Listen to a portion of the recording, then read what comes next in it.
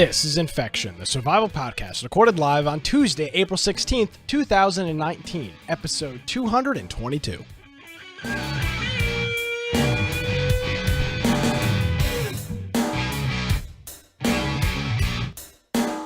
Hello, ladies and gentlemen, and welcome to another episode of Infection, the survival podcast. Infection is your source for the latest information on survival video games. We're bringing you the latest news, reviews, updates, and more each and every week. My name is Nick Craig. You can follow me on Twitter at Nicholas M. Craig. Of course, visit our website. It is infectionpodcast.com. Joining me as he does each and every week from the great state of Idaho with a college Sean as always. Always looking professional for these shows. Brian with an I, Aldridge. Hello, Brian. How are you? How are you doing on this Tuesday before Easter? I'm doing wonderfully, actually. Been pretty busy. We got a little bit late on the stream. Of course, our audio people don't know that. No, that's why I wasn't going to bring it up, but it's all right. We can bring it up now. Hey, we got to be open and honest with everybody. No, I'm going to be totally transparent here. But everything's working. We're here. So thank you. If you want to find me at Boise Computer on Twitter, of course, my blog, biteoftech.com. I've been doing some YouTube videos as well. So if you want to go to my YouTube channel, you can do that. Are you verified on YouTube? Yes, I am. YouTube.com/C/Brian Aldridge if you'd like to find me. Wow. So, what are you doing videos on? So I'm doing videos on game development. So I'm calling the series How To. So it's How To, and if yes, I gotta criticize you right here, my man. I go to your Bite of Tech website hoping to find a YouTube link, and there's not one there. Because I'm not promoting it through there. I want to get but you've got all your other social networks on here. I mean, I just quick link to your YouTube. I don't have YouTube on there? No, sure there's not. I'm positive. I'm telling you, there's no YouTube on there. So you're going to criticize me for being late. I'm going to criticize you for not having your damn YouTube link as you're sitting here promoting. All right, I'll add you. I'll add a YouTube. Hey, guys, check out my YouTube channel. It's youtube.com/C4892DF357. Check it out. Subscribe. Hit that bell to get notifications. That's what you just did on the air. Actually... It used to be that below my picture on the blog, there was a bunch of links, and I removed all those because there was just so many. It was ridiculous. But the thing is I haven't added them to the where to find me, and you're correct. I will add that. I know this moment. I'll pause everything I'm doing for the show. Look at this. I'm trying to sit here and check out your hot YouTube vids on your verified channel, and I don't see them. Well, I'm sure that'll magically be finished and then fixed in the next 5 minutes. I do want to, this is going to be the last week we're going to do this. I want to promote our feedback form. We've had a whole bunch of people fill it out, and we really appreciate it. But if you haven't had a chance to fill it out yet, I'd appreciate your feedback. It's infectionpodcast.com/feedback. You can head on over to there and fill out our form. We're looking for what games you want us to cover on the show each week. So pick your top 4 games on this list. Fill out how you listen to the podcast or watch it, be it Twitch, YouTube, or via RSS on your podcast app. And that'll just help us figure out every week how we need to prioritize our preparation of the show and what we need to cover here on the air. So you can check that out. It's infectionpodcast.com/feedback. And please do that. Yeah, and that will help. That definitely helps because there's so many games out right now. It's hard to know what to cover and what people really care about. So this has been helping because it really narrows down for us what you think a priority is, not just what we think the priority is. So thank you very much. Yes, absolutely. Our game of the week this week is going to be Rocket League. It's going to be probably, I don't know what kind of week it's going to be. Holiday weeks are always weird. Sometimes there's a lot of people. Other holiday weeks, there's not. So we're going to do a simple game that we know a lot of people have, and that is a Rocket League. So you can join us for that. It will be Friday night in our Discord. The links, all the information is on our website. It's infectionpodcast.com.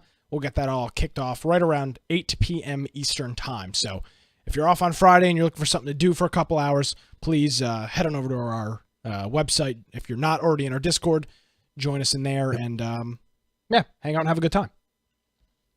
Yeah, and we'll be there throughout the week. So, Nick will be traveling a little bit, but the nice thing about that is he can actually be in Discord on his phone.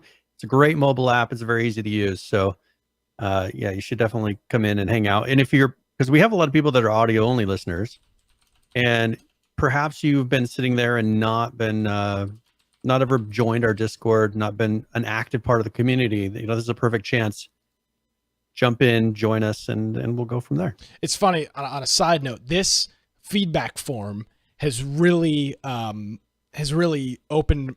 We always talk about this community of people that listen to the podcast, and we've known those numbers have existed. But it's funny, 60% of the people that filled out our feedback form listen to the show audio only, which I find fascinating. So this is why we did the form like that. And if you've got other recommendations or comments, please do fill that out and or send us a note or whatever to our website.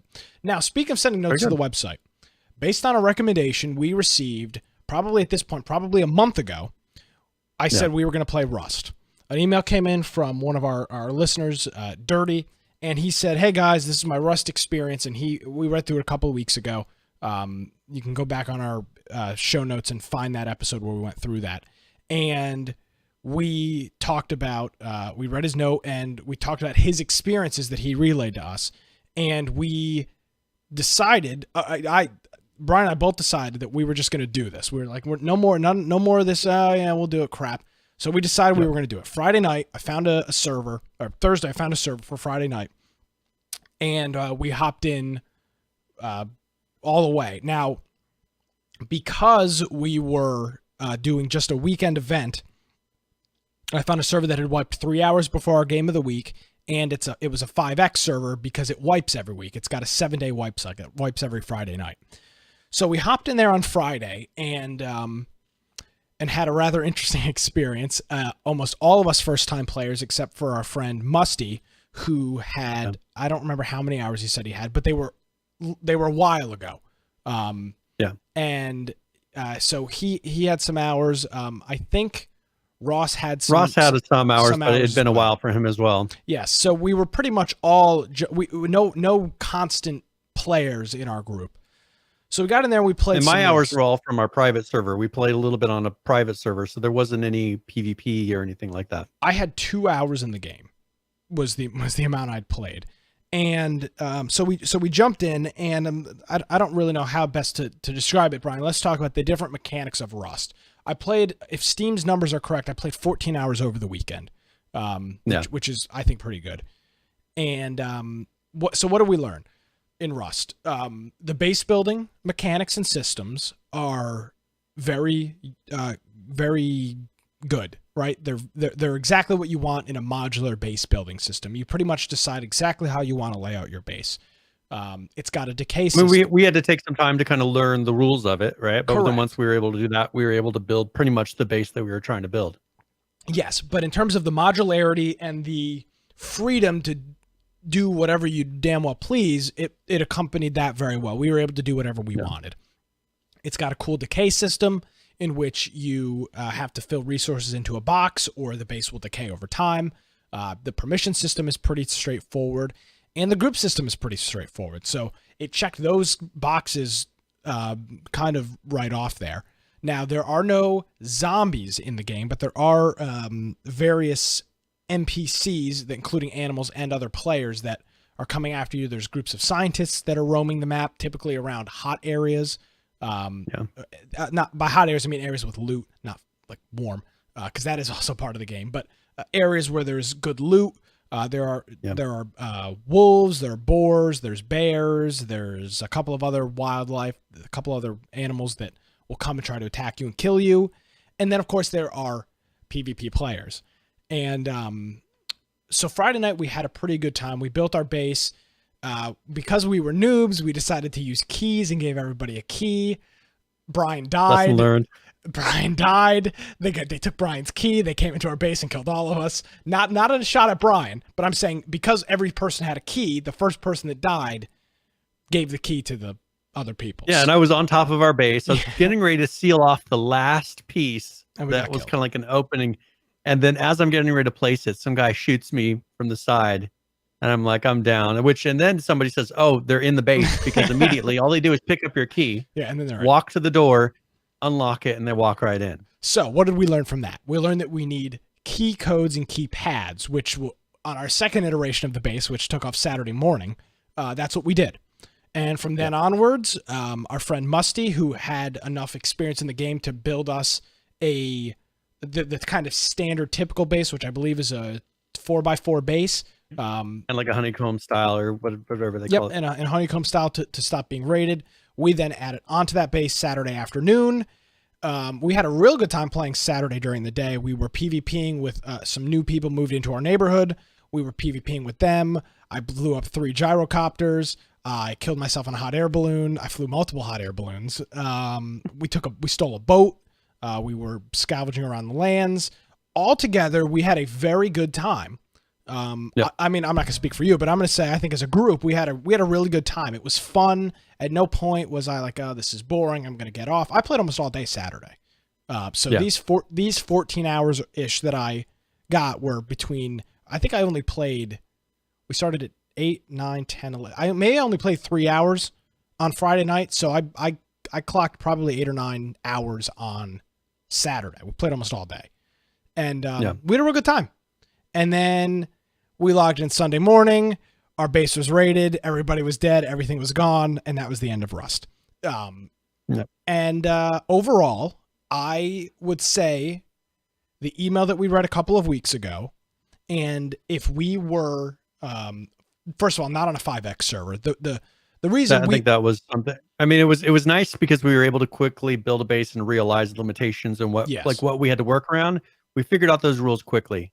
But the problem is when everyone else can build very quickly and they know the game better than us, they can then use it against us and just slaughter us in the same amount of time. Yeah, and the reason the 5X is an issue for raiding is that the resources to raid are relative, or they're not hard to get, but it takes a lot of resources to build the explosives to raid bases. When the server's on 5X, it is 5 times easier to build those resources. So that is just part of the game, and I'm glad we played on that 5X, as you said, Brian, to learn the mechanics of the game. So I think when we go through our next playthrough, which I'm looking forward to do here in the next couple of weeks, probably find either a base or a 2X server that we. I think we'd be fine with a base. I mean, I think we could get away with that because we have enough. If everybody played, we'd have enough numbers to make up for it. Yes, we could gather all the resources we need and get in there. Now, part of the other rule set with this is it was a 5-man max server, which was recommended to us again by our friend Dirty. That is obviously that's good because it does limit the active group size, and it makes it so that a group of 25 people can't just roam around the server in a big pack and slaughter everybody else. So obviously there are benefits of that. There's also limitations as you can only play with 5 people. So there was still an issue with that though. So they actually banned Musty still because of the 5-man group limit. But the thing is we were very careful that when we had somebody come on who was a 6th person and I logged off, I got off so that we still have 5 people. Yet they still banned us because they went and looked at the number of bags. Well, they were a little. They didn't look at it sounds like. Yeah, I mean, they were sensitive and complaining to the mods. So, yeah. But the thing is we actually were. I didn't roam around with the group. Nope. Like we never roamed around with 6 people. I came back to the base. I sat in the crafting room and then I logged out. So I was conscious of that so that we wouldn't get banned. And they did. They brought an admin to our base and made a big deal of it. Yeah, so that part didn't go ideally. But that's an individual server issue. I mean, that's just the server mod issue of them being childish. So my recommendation would be to a new player and I'll tell you this: the H1Z1 feel of the game in terms of the big thing with H1Z1 was was playing with your friends, the camaraderie of playing with other people. I felt a lot of that when we were playing Rust. And I do want to thank our friend Valp1 for coming in here with the Twitch Prime, as well as actually with the regular Twitch subscription, and our friend TechZone707 as well. So it definitely had that H1Z1 feel. The game wasn't broken, which was a good thing. But it didn't bring back the total H1Z1 vibes. But. No, it didn't. But we were left at the end of the weekend, Brian, with the age-old question. Musty was him and I were messaging back and forth in our general Discord channel, and he said, something to the effect of, "Damn it, I hate offline raiding." And it's the age-old issue, the age-old question. Can there be, or is there a solution for offline raiding? Now, I know before people say this, there are Rust servers that limit raid times.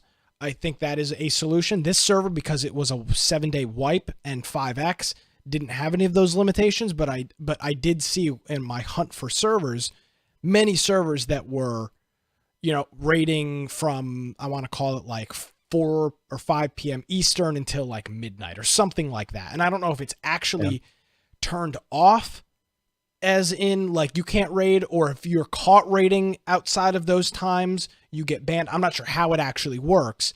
Because I know they do have mods and things, so it would be possible, I think, with the Rust mods that they have to be able to do that. But I mean, we'd have to see how, if there's a limitation, if they're actually able to do that thing. Yeah. Now, the idea of a push notification or something would be nice. And while that is true, it still doesn't solve middle of the night raids, which is what this must have been, because we stopped playing pretty late on Saturday. So this happens. Well, and the thing is, we were having fun with the PvP compat. Yeah, I mean, I figured they were having fun too. They were joking. I assume they were joking around. Executive producer Dick Wolf and his friends. Yeah. The thing is like, that was the fun part. Yeah. But the thing is they waited for us to log off, and then because they were mad because we kept killing them. I mean, they kept coming up to our base and we kept killing them. I mean, I don't know how you can get mad about that. If you don't want to get killed anymore, quit coming up to the door of our base. It's magic, But I think that's the issue. Is for them, they just got mad and they decided that they were going to destroy everything we had. Which it would have been more fun if they would have waited till we got back online and then we did some more of that back and forth PvP. But rather, it's like, well, why would we bother going back and playing more? Let's go play somewhere else. And it's like they're driving off the people on the server that they can have fun with. Yeah. Now, I would say if I would rate my experience out of 10, Brian, I'd probably give it an 8 out of 10 in our overall experience. I had a really good time. I mean, I played all day Saturday. I had a whole bunch of things I needed to get done and I didn't, because I really was all into Rust. And I really don't have anything negative to say about the game. I really don't. I mean, the base building's a little finicky. Sensitive. But again, that is the trade-off that you have to make when you allow the modularity and in base building. When you say, okay, build whatever the hell you want, you're going to have to deal with that finicky building style. That's almost a custom every game. I will say that Arc, though, gives you a little bit more flexibility. And these are different engines. It could be that it's harder, just as far as the way that it detects the ground. Arc is much more flexible, and you can have things much higher off the ground, much less level of ground. And so when you go into Rust, there's a hill, and we were trying to place things, and it's like one time it would say, no, you can't place it there. And then Nick would flip it around and try it a couple different ways, and then it would let him place it. We had one piece where it wouldn't let us put a little triangle in the ground. We tried constantly. And then I came back one time. I'm like, hey, let me place it.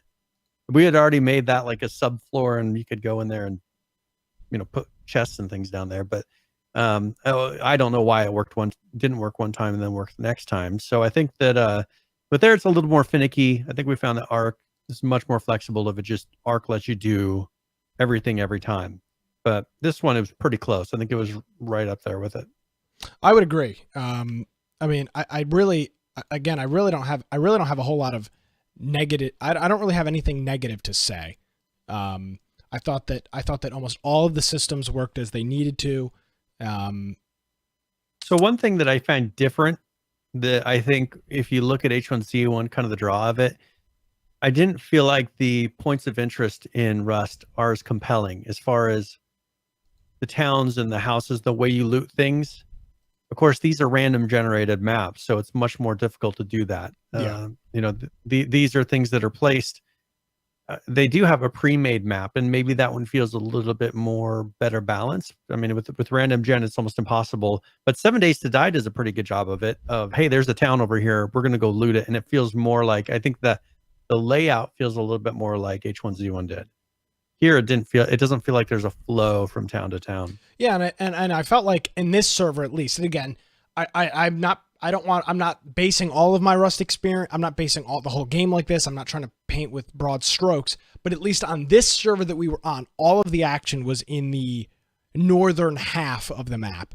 Nobody was in the south. From all I could tell, nobody had ever been in the south since we spawned in on Friday. And the whole game was taking place from the middle of the map up, and that was it. And water was a large chunk of that. So it seemed like everybody was in it. Well, that didn't seem.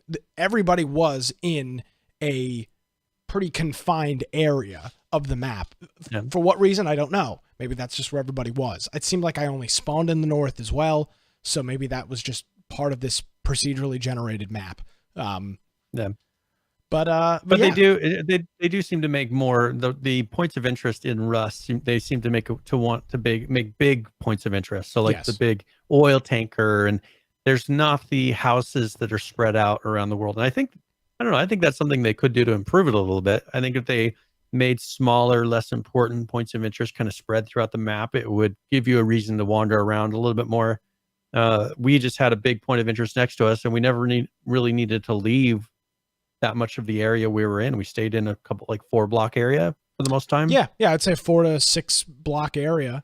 One other thing, this just reminded me watching this video here, the fact that you can easily make bandages. All you need to do is grab the plant, the hemp plant is what it's called, and you can instantly craft bandages. No other bullshit, no duct tape, no sticks, nothing. I mean, some games do this where they make it so freaking hard to regain health. This game was super simple. You get hurt, you find this plant, and you craft it into bandages. Very simple, very easy. That is a lost that is a lost art, I guess you could say. They make that process so freaking simple in Rust, and I don't know if they're not. I don't think people are not giving them credit. I just don't think as many people realize how big of a deal that is. That it just allows you to heal yourself when you're not dead. When you die as a fresh spawn, or excuse me, you don't die the second you get injured as a fresh spawn is what I'm meaning to say. And that's one of those things that we really struggled with in Miscreated, for instance. I mean, Miscreated, if you got injured, sometimes it was almost impossible to find something to heal yourself. Yeah, you just die. And so you get injured, you just respawn. Yep. And so this one, because as you said, in Miscreated, it's easier to die and start over than to have to deal with trying to get healed up again. And so here, they give you all the tools to where, okay, stopping bleeding, that's more of something you try to do when you're in a combat situation. You're bleeding out, something is happening. That's where you turn around and use those bandages constantly. It shouldn't be that just to even walk around and to loot and things, you have to constantly be trying to find bandages and hoping you live and don't starve to death. So I think it's got that right balance of not making the general living so difficult that's the game. I think PvP, that's why it probably goes to PvP, because that is the harder part. Yeah, I'd say overall we had a pretty good we had a pretty good experience. I don't really have anything to complain about. Yep. Besides server rules, we'll have to play it again. Yeah, absolutely. I'm itching to play it again. Fortunately, or unfortunately, I'm traveling this week for Easter, but I'm itching to play again. That's how good of a time we had. I think, Brian, that there's a reason that there are 35 to 40,000 people playing Rust, and I do think this could be your full-time survival game off of our past weekend of playing. I had a really, really good time. I think we just have to get enough people playing it to where they feel comfortable with it. Like we do with 7 Days to Die. When we first played 7 Days to Die, we were dying right away. Yep.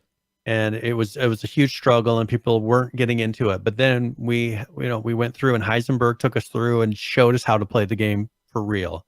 And now when we go in there, we master it and we're able to play it in a certain amount of time, build big bases. Like we're enjoying the game because we actually understand all the rules. So I think once we get to that point with Rust, we can all work together. Hey, let's go in there. We have a common goal. We start working just like we used to with H1Z1. I mean, that's what it was with H1Z1 was we knew that game so well that we could go in and actually compete against all the other teams playing it. I would agree. So I recommend Rust next time it's on sale, even at full price. Now, I've even contemplated, Brian, what I think it might do, not to be antisocial, but there's a lot of solo-only servers, and I really do think that you can play this game alone. I really do. It seems it's with maybe 2x, maybe 3x, depending on the server. I really do think you could play this game alone. 1x is probably a little tough. You could do it, but I think a 2x or 3x server solo could be a lot of fun. And I don't like playing games alone, but I felt something about this game just felt very friendly to small groups. I don't know why. I think it's probably some of it's you can easily craft a bow. You can make yourself constant ammo. Some of these games, it's almost impossible to play by yourself because it's so difficult to even survive, or you can't get anything nice. They put so many limitations on what you can get. I think with this, part of the big part of the combat is just finding a gun. None of the guns are super powerful. No. None of them are super accurate. So they get the combat in a certain range. Yeah. I lucked out, I think, on my first shot that I was in combat with. Yeah, you got a real nice headshot. Because I mean, the sights are so crazy. Awful. Like I just lined it up and I'm like, because he was way up on a roof. Yeah. I was like, I'm just going to line up what I think this is. I took one shot thinking he just went back inside when he heard it. And Nick claims that I killed him. So, you did. It was in the death logs. You headshotted him. Yeah, I lucked out on my first shot. That's when we were camping their base, though, in their defense. Yeah. They kept coming outside. Yeah, hey, we were having a good time. So there it is. There's our experience with Rust. I do want to thank our friend Dirty and for sending us that original email and inspiring us, and everybody else who joined us this weekend. Do appreciate it. And we had a real good turnout, and it seemed like everybody had a really good time. So that is Rust. Yep. I'd say it's a recommendation. I don't know. It's because we're stupid is the only reason we haven't played it before this time. Because I mean, there's no reason we couldn't have been playing this for the last 2 years. Yeah. But you live and learn.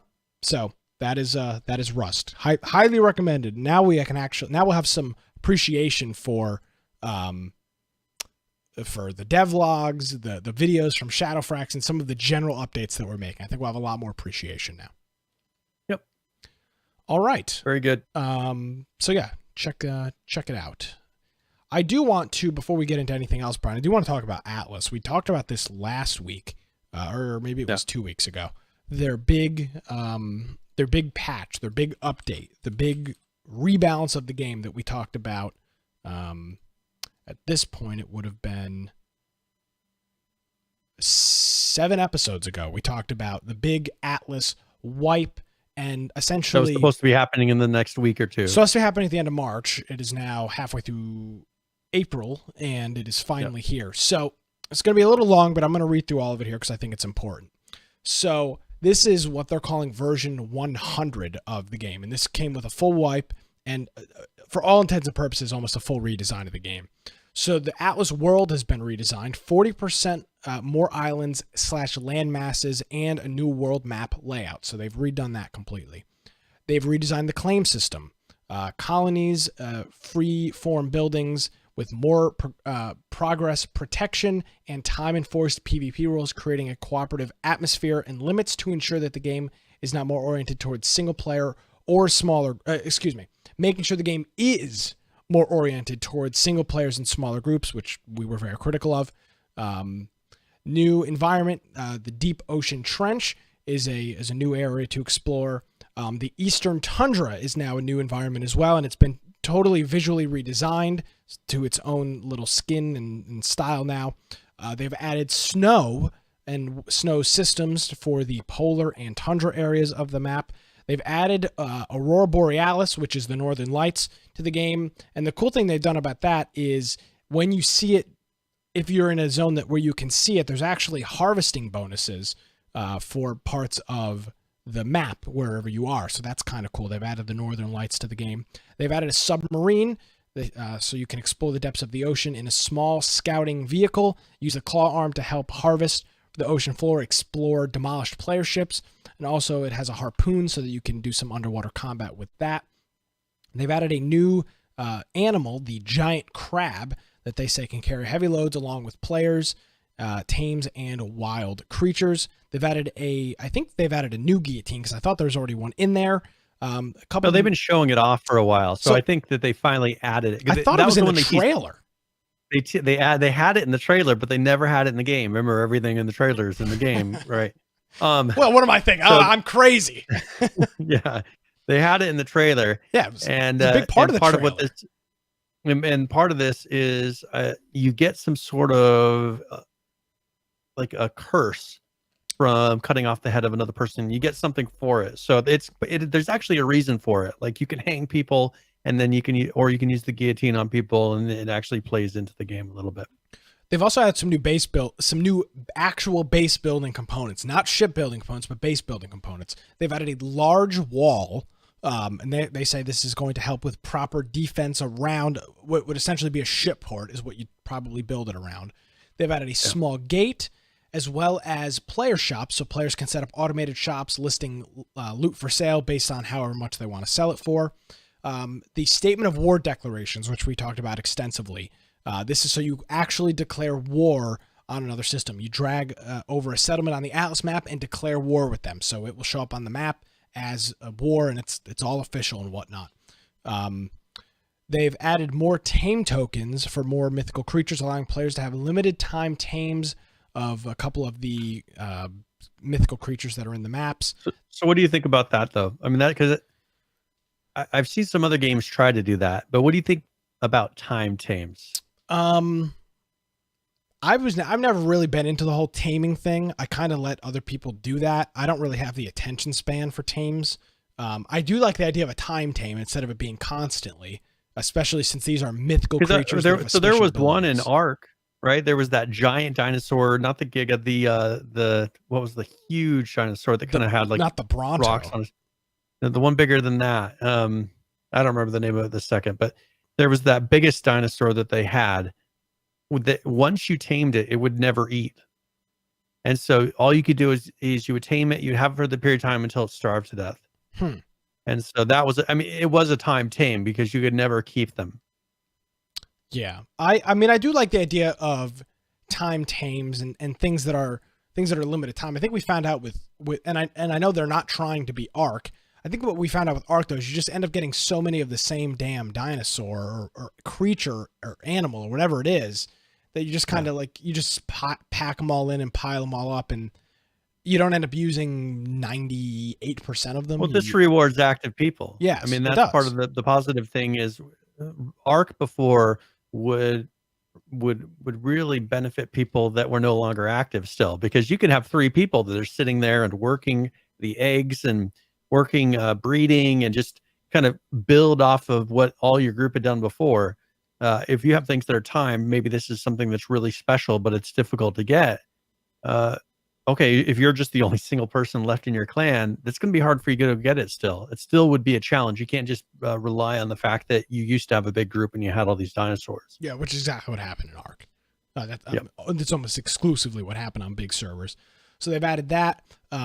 They've added the war system into the actual game itself. They've added a couple of quests into the game. Finally. Yes, they've added some a player-to-player trading system, so you can instead of dropping items on the ground and some random picking them up, you can actually do a trade with other people. And they've added procedurally generated shipwrecks, which players can explore for items and blueprints. This is all part of that kind of underwater submarine ground system, allowing people that build the submarine to go down there. They say that there's going to be visual indicators on them and some mini games that will point you in the direction of nearby shipwrecks, and then you can go in there and loot and whatnot. So one thing, what about, because they have that player-to-player secure trading system, that seems very much like an MMO type of feature. It is an MMO feature. Ark did not have a secure. I mean, you could put something in a chest, right? But there was no way for me and you to trade something without having that kind of joint access to something. This is something you see. I mean, they do this all the time in WoW and in various games like this, to where you can go up to somebody, say, I want to trade with this person, and maybe exchange coins. It might be gold pieces in exchange, and you can actually arrange that transaction before it happens so that you can do legitimate trades. Yeah. So, I mean, that seems like they're going with some of those features, actually going what they claim they weren't doing, but going towards more of an MMO with this. Exactly. And part of that, I think, is for smaller groups to make friends with other groups, and part of that trading system. They've added a human catapult so you can blast people off. They've added a couple of new cosmetic items, peg legs, hand hooks, and a couple different sets of armor. They've redesigned squads of the damned, which they call ships of the damned. So they've redesigned that. They've redesigned the grappling hook, and they've redesigned explosive barrels. So that is all of the new features and content changes that they've made to the game. Now, here are a couple of balance changes they made, and some of these are actually pretty important. So the higher, this one's confusing. I had to read this like 6 times before I actually understood what it meant. If you have a higher quality shipyard when you're building your ship, meaning a shipyard that is not damaged, destroyed, the shipyard itself is in good quality, when you build the ship that you build with it will have higher level ups. So you'll be able to level up a ship higher if you're building it on a better quality shipyard, meaning that you're actually going to want to take care of the shipyard now instead of just letting it fall into disrepair. And is it not talking about, like, do they have levels to it now though? I'm not sure if they have levels to the shipyard, but it does lose. There's no reason to ever. Before they only had the sizes of shipyards. They had the giant shipyard, but they didn't really have But that was purely just determining the actual ship that you built. But the shipyard could be damaged, and it was damaged, but it didn't matter because as long as it was there, it could be at half health. It wouldn't affect the ship. So I think it's wanting you to have a protected ship area. So it's not just one sitting out there getting hammered on by everybody. Well, that's the thing, because now it'll actually affect the ship before it didn't. I mean, somebody could just hit your ship yard all day. It didn't matter as long as they didn't destroy it, because the ship you were making wasn't affected by it. Now it actually is. Ships can also now level up their total damage output, which affect all the cannons and their total resistance as a new upgradable stat. So they've added 2 new upgradable stats to that. All tameable creatures made breedable. So that's an arc mechanic, obviously, that they're bringing over, except for mythical creatures. So you obviously can't, because they're time ones, so you can't pretty much unlimitedly. And that would be a little keep creating them. So anything else though is breedable now, and you can hang out with all that and do that. Various spawner adjustments and fixes across all islands have been made. Reloading now changed to having a mini game back to back rather than through various points of the animation. So when you reload like a cannon now, there's actually a mini game with it. They've got a mini game for the water. There's going to be a mini game for the submarines now, and now you've got a better mini game for reloading things. Do you like that mini game? I do, because instead of just sitting there and spam clicking buttons or whatever to reload, you actually have to actively do something. I think the issue when they first came out was that there wasn't enough of a difference if you successfully completed the mini game, because before with the pistols, you do the mini game and say, well, I didn't notice any difference if I would have just missed every single one of them. It wasn't really that much of I think they had to make it to where it truly punishes you, to where if you miss the mini game, because that comes down to, let's say you're having PvP combat with somebody. You and I are trying to fight each other. I get flustered. I don't do the mini game right. All right. It should take me twice as much time to reload my weapon, not 1/4 of a second or less difference. And I think that was the problem they had before. No, I would agree with that.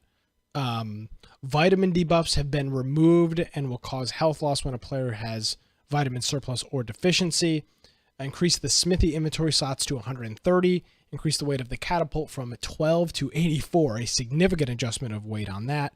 And then adjusted the crafting quantities on higher tier blueprints so they don't require as many resources as before.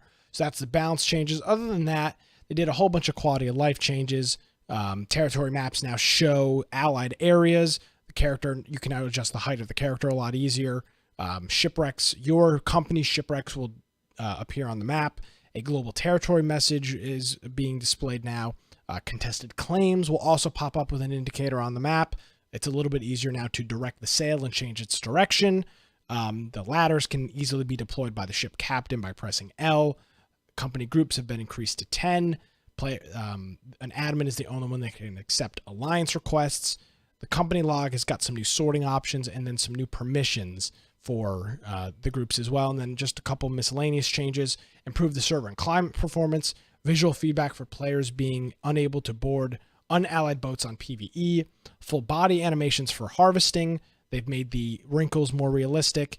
They've added face sliders for character customization, allowing you to really get in there and customize your face if you want to. The dive suit overlay has been adjusted so it's easier to see when you're underwater. Commodity traders can now only be found at the merchant ship on PvP servers.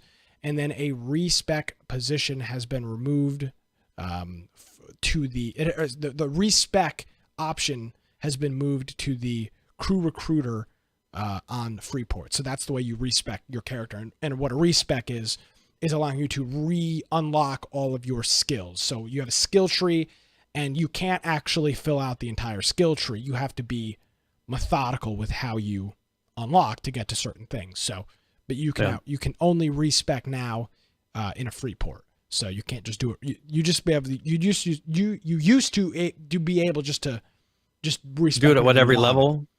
Oh, I thought it reset every level is what they ended up doing before this. I don't remember. To where I think every time you leveled, it would reset it to where you could then do it again. I don't remember exactly what it was. All I know now is they're making it a little bit harder for you to do that. Which is... Yeah, one thing is they had that other section that you could put your points in that they had blocked off, where it was kind of like the magic tree. Remember, they had a whole row to the right, which was supposed to be magic. And I still don't think I thought they were going to do that pretty close now, but I think this kind of put them behind figuring out that they had to redo all of this, the map and everything to keep people happy. So I would assume that they're going to kind of do that in the future here, because that was a whole nother, very different than Ark type of system for players.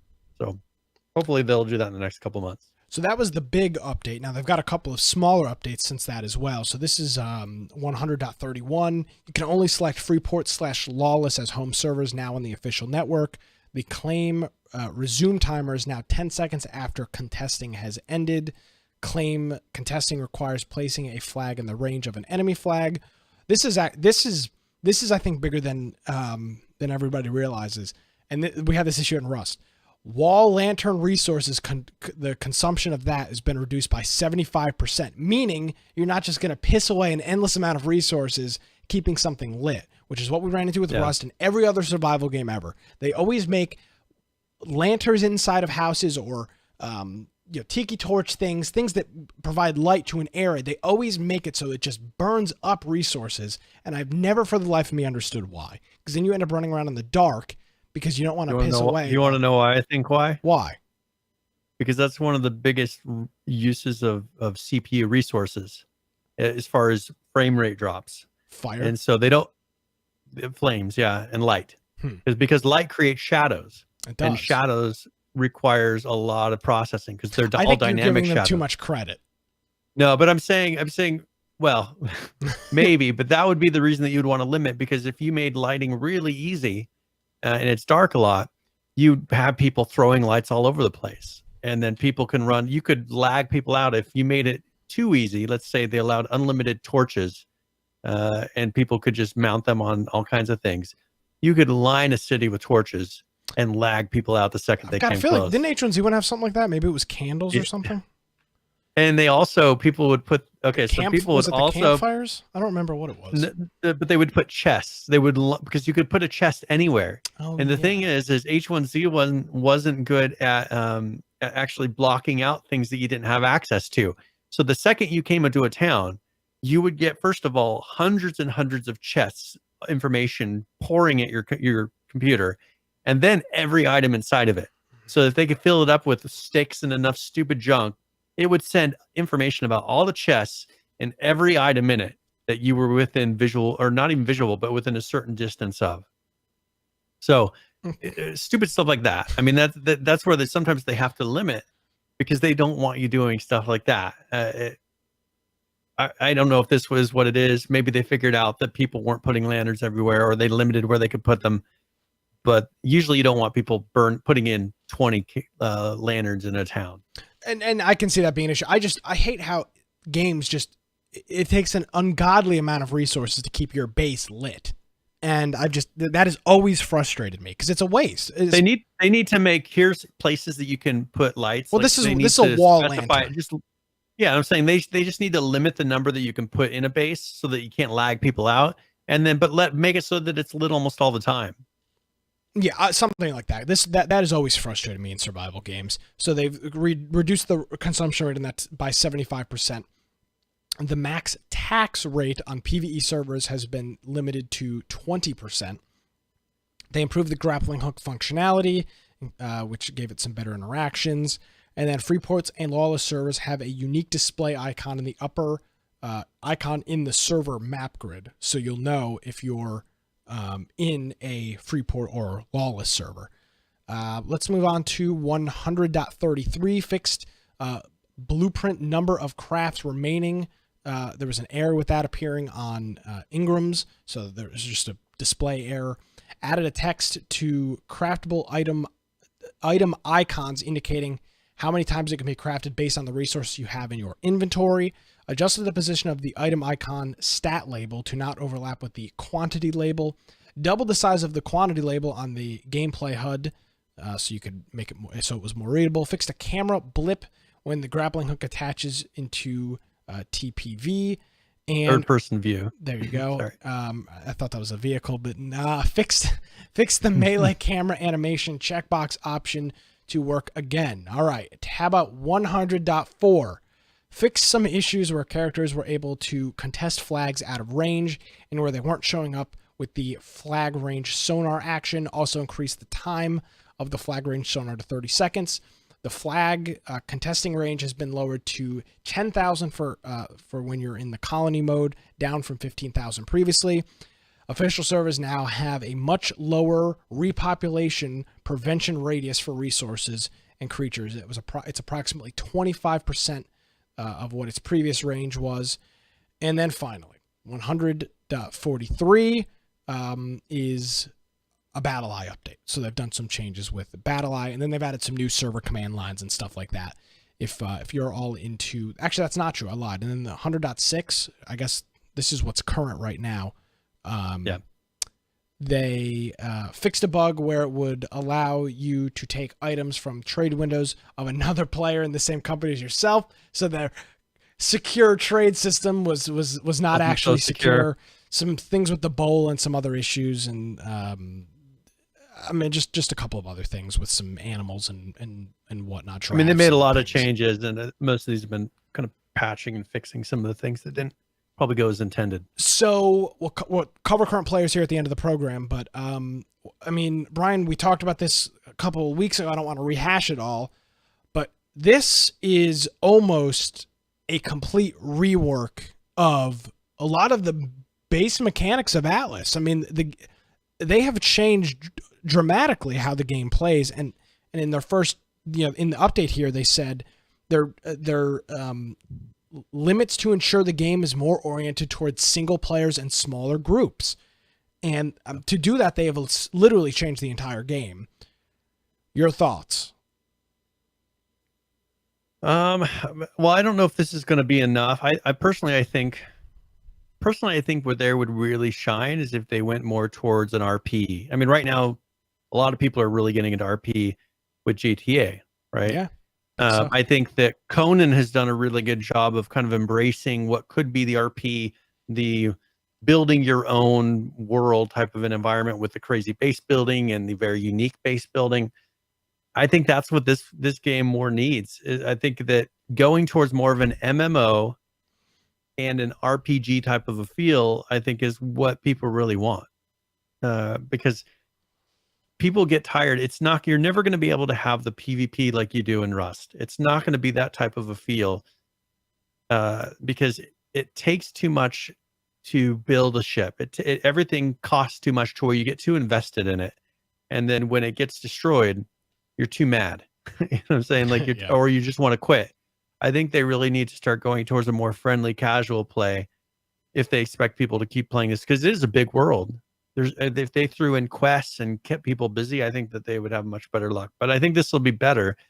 People want things to do. First of all, the little side games with going under the water, getting unique tames. I think it's going to be better, but I still think that they need to go even for a little bit more casual of an audience. It'll be interesting to see what I'll read some Steam reviews here and whatnot is when we get into the current player segment after that. But I think it's interesting. I think it'll be interesting to see where the numbers are and how they hang around. There is obviously always controversy with wiping a game like this. It's funny because Rust does this all the time, and because they constantly do it and allow server owners and operators to wipe servers. they've made it so that you don't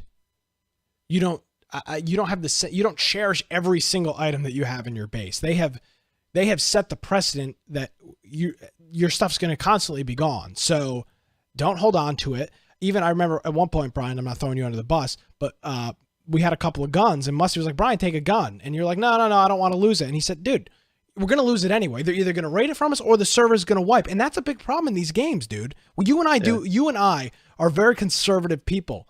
And we want to hold on and we want to save it for special things. Yes, and then we'd log off and log back on and everything is gone. That happens in every game. And we're too invested. I mean, that's what I was saying is people get too invested. And we get invested when we save everything. Yeah. It's all gone when we came back. We didn't even get to use it. We're so invested that we're then pissed. And we're like, all right, I'm done. Exactly. So I appreciate the fact that games like Rust, and they're not the only one, but the most recent example, a game like Rust has made it so that if you don't want to hold on to the weapons because in the case of our server, it's going to be gone in 4 days anyway because of the nature of our server. And Ark had this issue, and it continues to have this issue. They've still not done wipes on official servers. They make people get too attached to what they have. Absolutely. I mean, look at the official servers. People would be devastated if they wiped official servers because people have spent months building these ridiculous bases. 2.5 years, 3 years, Brian. Well, but I'm saying like the original time they took them to start building that base was at least months to get the resources. Many of them are just maintaining them now for years. But the thing is, they're so attached to that they think it'd be horrible if it was gone. They need to get that cycle repeating like they do with Rust. Rust is very good about that, right? Rust is like, we have wipes, first of all, for performance. They blame it on performance. I'm sure they could get away with leaving servers longer. But I think that turnover is what's kept it popular. People, as Musty did, they don't get too attached to it. They're fine with it. Agreed. And I think there's something about beating the wipe schedule into a community and into a player base, because I really do think, I mean, we were so critical of Ark, and I still am to this day, the fact that they did not wipe the goddamn official servers when they released that game to 1.0, because you had a whole bunch of new players. We wanted to get back into that damn game, and we couldn't because they wouldn't wipe those freaking servers. And that really pisses me off, and it still pisses me off to today. And it's because exactly what you said, Brian. They've set the precedent to you have something, it's yours forever. And Rust has done it wonderfully, and I hope other games follow that as well, because it is super important that you, as Musty says, making it normal to wipe. And so that when you find a cool item, like, wow, I found this super rare gun, instead of storing it in a chest for some Chinese hacker to come steal, you actually use it and you get kills with it and you enjoy it, instead of it just sitting in a chest. Like in H1Z1, what did we have? Chests and chests and chests full of guns. And what did we run around with? Bows and arrows. Because we didn't want to waste the guns. What ended up happening? Chinese hackers came and took every single one of them. So we pissed away all of our time running around collecting these guns, used our weapon repair kits to repair them, to put them in chests, to lose them to hackers. And it was the same cycle. And then we'd run around naked with bows and arrows so that when we died, we wouldn't lose anything. We never got to enjoy any of the stuff that we crafted or spent our time making. And I'm glad that, in our case, I'm glad Musty was like, guys, just use the guns. Like, there's no point of us storing them in chests. And I hope Atlas can do something like this. I don't know if it's going to. The problem is there's only 2 servers in Atlas, an EU and a US PvP server. But setting some type of precedent, I think, is good. Well, and that's the thing, is they need to get it to where maybe it's less to get going. Somehow put a time, if like they do with Rust, put a time limit on it. You know, this is going to be for a period of time. It's going to wipe in a month or 2 months. Yeah. Make it not take half of a month to really build up your base in the first place. I mean, you know, it doesn't take a super long time, but it took us a lot to build those biggest ships. Brian, we spent 8 hours on it, and then it was gone within 45 minutes of taking it. Yeah. And so I think that's too much. And I think they need to get it to where people are playing it more as of a game. If they want PvP to be the focus, that's what they need to do.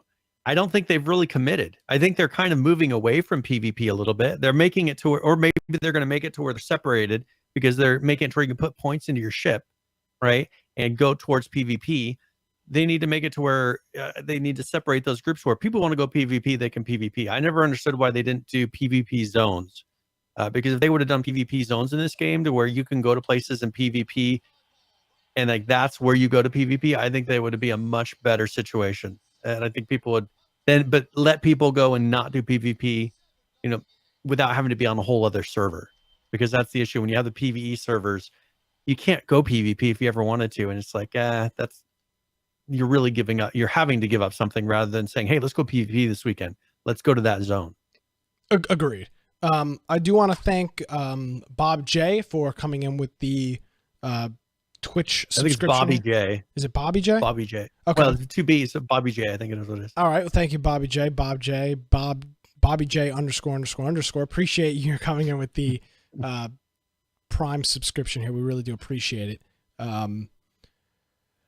So I guess in the next couple of weeks, maybe once everything settles down from Easter, maybe next weekend, we jump into some Atlas, or maybe the weekend after, depending on what's going on. But we need to decide: do we want to play on a public server, or we don't want to? Yes. Do we want to throw? Is that what we want to do? Yes, absolutely. We got to get the full experience. So, couple weeks, we'll hop onto an Atlas public server. We'll try to find our little corner of home, little piece of heaven. Yeah, exactly. Well, that's heaven or hell, depending on how you think of it, and give that a try, because I do think there's a lot of potential on that. We'll do some more Atlas stuff as we get towards the end of the show and current players. So that is Atlas. Now, Brian, I'm going to ask you this now, because do you have to go at a certain time, or do you want to do a full 2-hour show? We can do a full 2-hour show, I think. Okay, perfect. I think my wife's got something going on to her. She won't be home till late anyway. Excellent. Well, that'll work out. We had, as you mentioned earlier, we had a little bit of a late technical start. So if that's the case, where do you want to go in the notes from here? We got a whole bunch of things we can get into. We've got some new survival games coming out, and then just a whole bunch of let's do a little bit of a more lightweight one to start out here.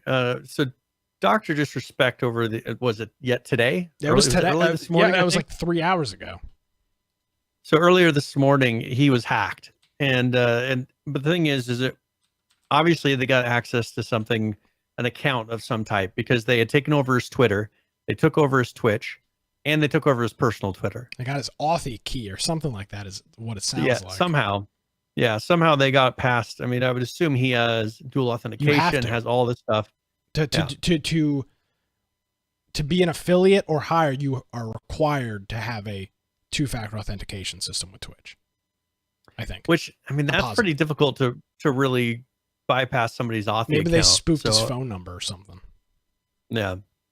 So, I mean, that is the issue. I mean, you would figure at that level when this is, look at that guy. When they get to that point where they're making so much money and it's their full livelihood, I would figure they'd be using those keys, because they have the key. They have different security things that they could not get past. And I know that you can do, with certain things. Twitch will, for me, when I try to log into Twitter, it makes me push a button on one of these, a physical button. Really? I would be surprised that they wouldn't do that with Twitch at some point. Oh, is that a key you can buy on Amazon or something? Yeah. I think that the YubiKeys. That's it, right? That's a tip. That's a tip of the week at some point. I'd like to know a little bit more about those, or a blog. There you go. Bite a technique. Yeah, maybe I'll write something on a blog about it. I would like to know. I mean, those interest me. Those are neat. So one thing that's nice about this is I've got one that's plugged in all the time. It just sits here. And when I open up Twitter, it says press, because there's a little button, and on the one that's on my USB, there's a little button. It says press that button. It starts flashing when it's expecting me to push it. I push the button and it immediately logs me in. I don't have to go check a phone. I don't have to do any extra steps. I just push the button and go right into whatever I'm trying to log in. Now, we do know that Brian's Twitter account is constantly under attack by these people. So, obviously the goal with that is to make it so that people aren't hacking into Brian's, much anticipated Twitter account. Now, Google had switched years ago to these. Yeah. And they found that once they started using these, none of the accounts were vulnerable. Like no one ever got their accounts hacked with these. What if you needed to log into Twitter what if you were had to run out of the house real quick and needed to tweet something? So that's what this one is. So this one is actually one that you put on your keychain. It connects to your phone. Okay. And so I actually, when it's trying to authenticate, I can push this. Oh, so you have two. I think, yeah. So I have one that's a USB that's constantly plugged into my computer. Gotcha. And then I have one that I can set up for mobile if I'm going to leave the house. Gotcha. So I can plug this one in and take it with me, and that way I don't have to carry that other one. I can leave it plugged into my computer. Let's do that. Let's do this conversation in a couple of weeks. I'd like to know more about this and what. Okay. I'll help you with some homework. I'm curious what services we use as a community, Discord or whatever, integrate with systems like this for people that are all into the two-factor authentication. I think that's really neat. And that shit's been around for years. I mean, like forever. You've had Amazon. Amazon is another one that uses it that is really helpful. It's just some of the Twitter I'm not so concerned about, right? Because Twitter I don't tweet that much. But anything that deals with finances, that's where you'd want to use this, because people are trying to get into those, and it's virtually impossible to bypass these. Our infection bank account is almost constantly tried to hack into by all of these other Twitch celebrities that are trying to take down the Infection podcast. We are public enemy number one. That's right. So, I mean, if you are, that's the thing is I bought one of these. I was nervous to start using it because I was like, I don't want to accidentally get locked out of something. Yeah, exactly. And I didn't know what to expect going into it. I hooked it up and I can still use a login, but it just very seamlessly, it makes it to where I don't have to do all the cumbersome worrying about my phone and everything else, in a text message, which text messages aren't that secure. Not secure at all. Because people are actually able to spoof, and they're able to intercept your text messages, and that's your authentication source. With this, there is no way for them to fake you, and they can't imitate you in any way. So, agreed. Very nice. So, anyways, what we could do, I'll come up with a list. Yeah, I'd be curious. I'll look at some stuff would too. Be useful. One thing we could do, I mean, as far as this is something you would buy on Amazon. We could do an affiliate link to the one that I got, which is a very good price. I got the set. You could get one that's just one, but it was a 2-pack. If we could show people what they are and then put a little affiliate link if people are interested, we'd make 10 cents. That's a good idea. I like that. Let's do it. So cool. Very good. So he was hacked, and they've gotten access back to all of his accounts, and he's all set. So just interesting that, and there was a couple of articles I read as well that talked about how these people are. I mean, we see this all the time, that public figure people with blue check marks on Twitter are hacked, and people tweet out, like CX or whatever. In this case, they made comments about Ninja's mom and a couple of other things on Dr. Disrespect's Twitter account. So almost all the time, it's not really malicious in terms of what they tweet out, but obviously, you don't want your Twitter account hacked if you're Dr. Disrespect, and your Twitch, which is like literally your job. So that's his job. That's where his primary source of income. Yes. So that's no good. Do you, I want to talk about something that's going on with PUBG. They've got an update here that we'll get to, but in Nepal, the government, the Nepalese government, I don't know what the government in Nepal is called, but they have, as of last Thursday, the Nepal Telecom Authority has ordered all ISPs to ban PUBG traffic on their networks. That includes cable internet service providers, mobile operators, and general like NOC network operators that handle traffic routing within the country. And the reason for their ban is, quote, "It is addictive to children and teenagers." Yeah. I've been hearing a lot of this. We've been hearing a lot of this with Fortnite as well. I keep hearing this in the background. It's addictive. It's we need to stop our children from playing it. They've been talking about somebody it in Europe. please think of the children. It's not children. Yes. Yeah. And so that's part of the issue is they're starting to want to ban video games, censor video games. I think that they can get away with a lot. But I think that when the young men will start leaving their mother's basement to get upset, right, is when they start affecting their video games. You can take away almost everything they want. You take away all these other things. You can ban soda. You can do all those other things. But when you start touching video games, I think you will strike a chord with a different set of people. You know what I find interesting about this is the call 10 years ago was the banning of Call of Duties, and because they are violent. That was violence. These are not being scrutinized by Prince Harry. It was last week, and it's the Nepal Telecom Authority this week. They are not saying that these games are being banned because these games are. It's crazy how things have changed over the last 10 years in video games. These games are nothing but gore. All you do is shoot and kill. It is a literally killing simulator. PUBG and all of these other BR games. But that is not the conversation anymore. It's the addiction to playing it. And the article goes on here talking about how kids aren't doing chores. They're flunking out of schools and classes. It's so funny how we've seen this more from violent video games to just addictions in games, like in essentially BR games that are addictive is what they're claiming. It's very funny to see that. Do you think there's any legitimacy to this, to the concept? Yes, absolutely. I think you can be addicted to anything if you do it too much. You can literally be addicted to you can be addicted to food. You can drink yourself. Whose responsibility is it to control somebody's a child's use of something? Well, that's a conversation I'm not interested in getting into, because I think. But I'm just saying, why did they need to say your children and teenagers can't play this game? Why isn't it the parents? Just say it to the parents. It is. Inform them. Say, you know what, this is affecting your children's school. You need to control your children. Not the government needs to come in and control your children. Yes, absolutely. And I think, Brian, anybody that's listening to this show for any period of time, while we don't get into politics, I think it is very clear the side that we land on when it comes to big brother, big government banning a video game because kids are flunking out of class. What about all of the kids that aren't flunking out of class? And I don't want to necessarily get into that part of the conversation here, but this is clearly going to be this is going to be something that is, I don't know what you want to call it. A hot button issue. A cascading effect that is going to go through. A politician I remember in Hawaii was pushing forward something similar to this. Remember, I don't remember if he was going, or if he or she were going. It was going after the violence side of it. I think they were going after the gambling side of it, which we're actually going to talk about here in a little bit with another game.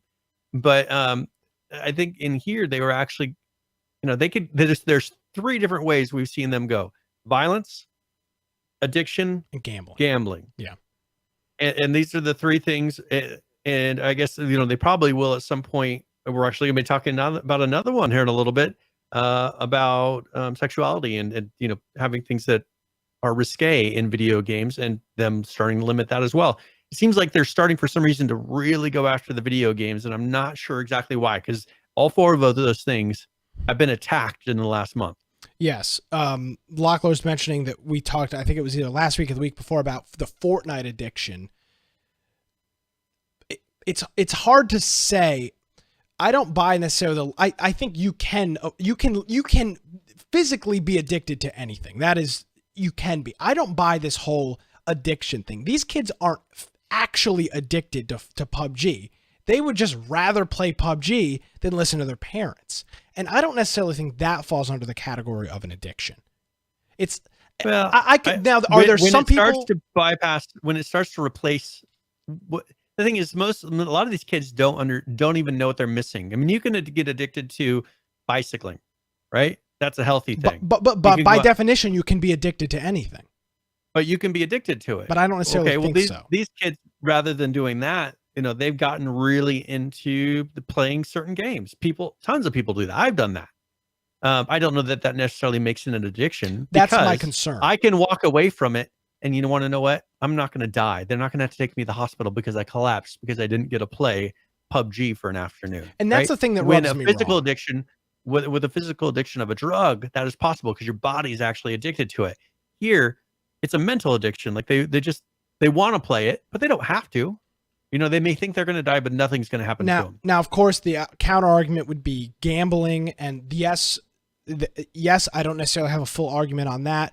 I think that it's my only difference I'd make with gambling is that if you have a gambling addiction, you are putting yourself at risk because you will end up homeless, or I mean, it will have it will have an effect on your being. Now, you can make the argument that, well, if you're playing Fortnite or PUBG all day and you lose your job, you may not get a job, you may fail school.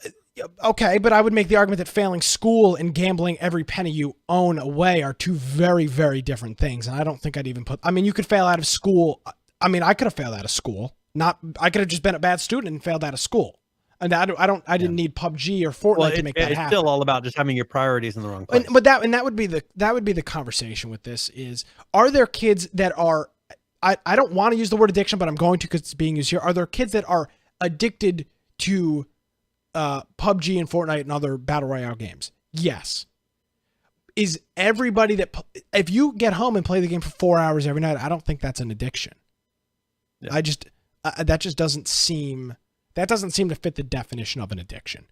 So I don't know who this is being pushed on by, but there is a coordinated effort across the globe, it appears, for governments and countries and telecoms to be blocking traffic. The thing that just is so odd about this, it's because they can't tax it because they're struggling to find a way to tax it. I don't know to control it. But explain to me how the telecom in Nepal is only going to ban PUBG. What about Fortnite? What about Call of Duty's BR? What about I can imagine how Fortnite wouldn't be next. I mean, because Fortnite's bigger than PUBG. Well, but there, I mean, that's the thing is Asia. PUBG is huge in Asia. It is. I agree. Right? Maybe there PUBG happens to be bigger. Here, Fortnite's bigger, right? And for them, maybe Fortnite's the next one on the list. It's one or two down from this. Where here, if they were going to go after the biggest one, they would go after Fortnite. If the concern is that it is an addiction to this style of game, that is the argument that I've been told, that I've read. This style of game, which has got a very repetitive thing, play, die, respawn, die, respawn, then every single one of them needs to be banned. That's the only way, because if not, then you're full of it. And that's my concern with this, is if you're going to say PUBG is addictive because whatever, make up your reason. It's addictive because kids are not doing chores or flunking out of class. Fine. I'm willing to accept your argument. But then you need to ban every single battle royale. Frankly, you need to ban every single multiplayer game. Because Brian, I could make the argument that you were addicted to World of Warcraft based on the amount of time that you played. Why is that Why is that not banned? You could be addicted to you could be addicted to every other video game. The thing is, I was an adult, and you know what? I was working. But nevertheless, based on but I'm saying it's not up to them to come in and tell me what I can do in my off time. The thing is as I said before, it's not up to the government to come in or the law enforcement to come in and determine that child should be doing chores, right? The parents should be making that decision. Now, schoolwork, you need that. It's not their decision. If they don't do the schoolwork during the day, during school hours, if the kid is showing up to school and participating in school while he's there, that's not your choice. What happens when you can flunk them for not doing their homework well, but it's not your choice to then determine what the child does after they leave those school grounds. Yeah. The whole thing just rubs me wrong. A lot of the comments in the thing are questioning how much Epic paid the government telecom agency to get PUBG banned. So this is some Epic pulling the strings of the I don't know who it would be, who's in charge of the telecom authority there in Nepal. So let us know what your thoughts are. If you're not here live, you can send us a tweet at InfectionCast, or post something in Discord, tag Brian and I, or send us an email, contact@InfectionPodcast. Let us know what your thoughts are on this, because this is not going to end. This is going to be a constant conversation on this show going forward. Now, I mean, the ball has started to roll, and it's not going to stop. And the part of the issue is, I mean, look at how much money is invested in some of these software titles. And if the government then is going to make a habit out of turning around and saying, all right, you know what, you can't sell your game here, or your game is not allowed here. Some of these companies, I mean, what was the one where it got banned in Australia? We Happy Few. We Happy Few getting banned in Australia because of drugs. I mean, happy pills. The thing is, these companies invest so much money, and if this becomes a weapon of, oh, you're going to get banned if you don't, and then list off whatever you want them to do, it's going to be more and more difficult for these companies to risk that much money to make video games anymore. Or they'll be so bland because there's nothing risque. There's no death. There's no drugs. There's nothing. I mean, none of this stuff that pretty much what makes it a lot of these video games that we play exciting. Because it's not like real life. That's the point of that people actually enjoy playing video games, because you're actually doing something different than everyday life that you do. Yeah, so that's why I do a podcast. I think that yeah, this is us living on the edge. Yeah, this is my craziness. It's your alter ego here. Yeah, that's me. All right. So actually, well, I hinted to another one, but here's another story that actually is going after Valve. Oh, and yes, more anti-Valve news on the show. Epic Games will rule. Yeah. That was paid for by Epic Games. So yes, let's talk about Valve and how awful they are. So a Native American tribe, the Quinault, I think it is, Quinault Nation, has filed a lawsuit against Valve over gambling. Interesting. So they're saying that, and this is in the state of Washington, They filed a lawsuit saying that it does not have a license to operate, facilitate, or otherwise engage in any form of gambling.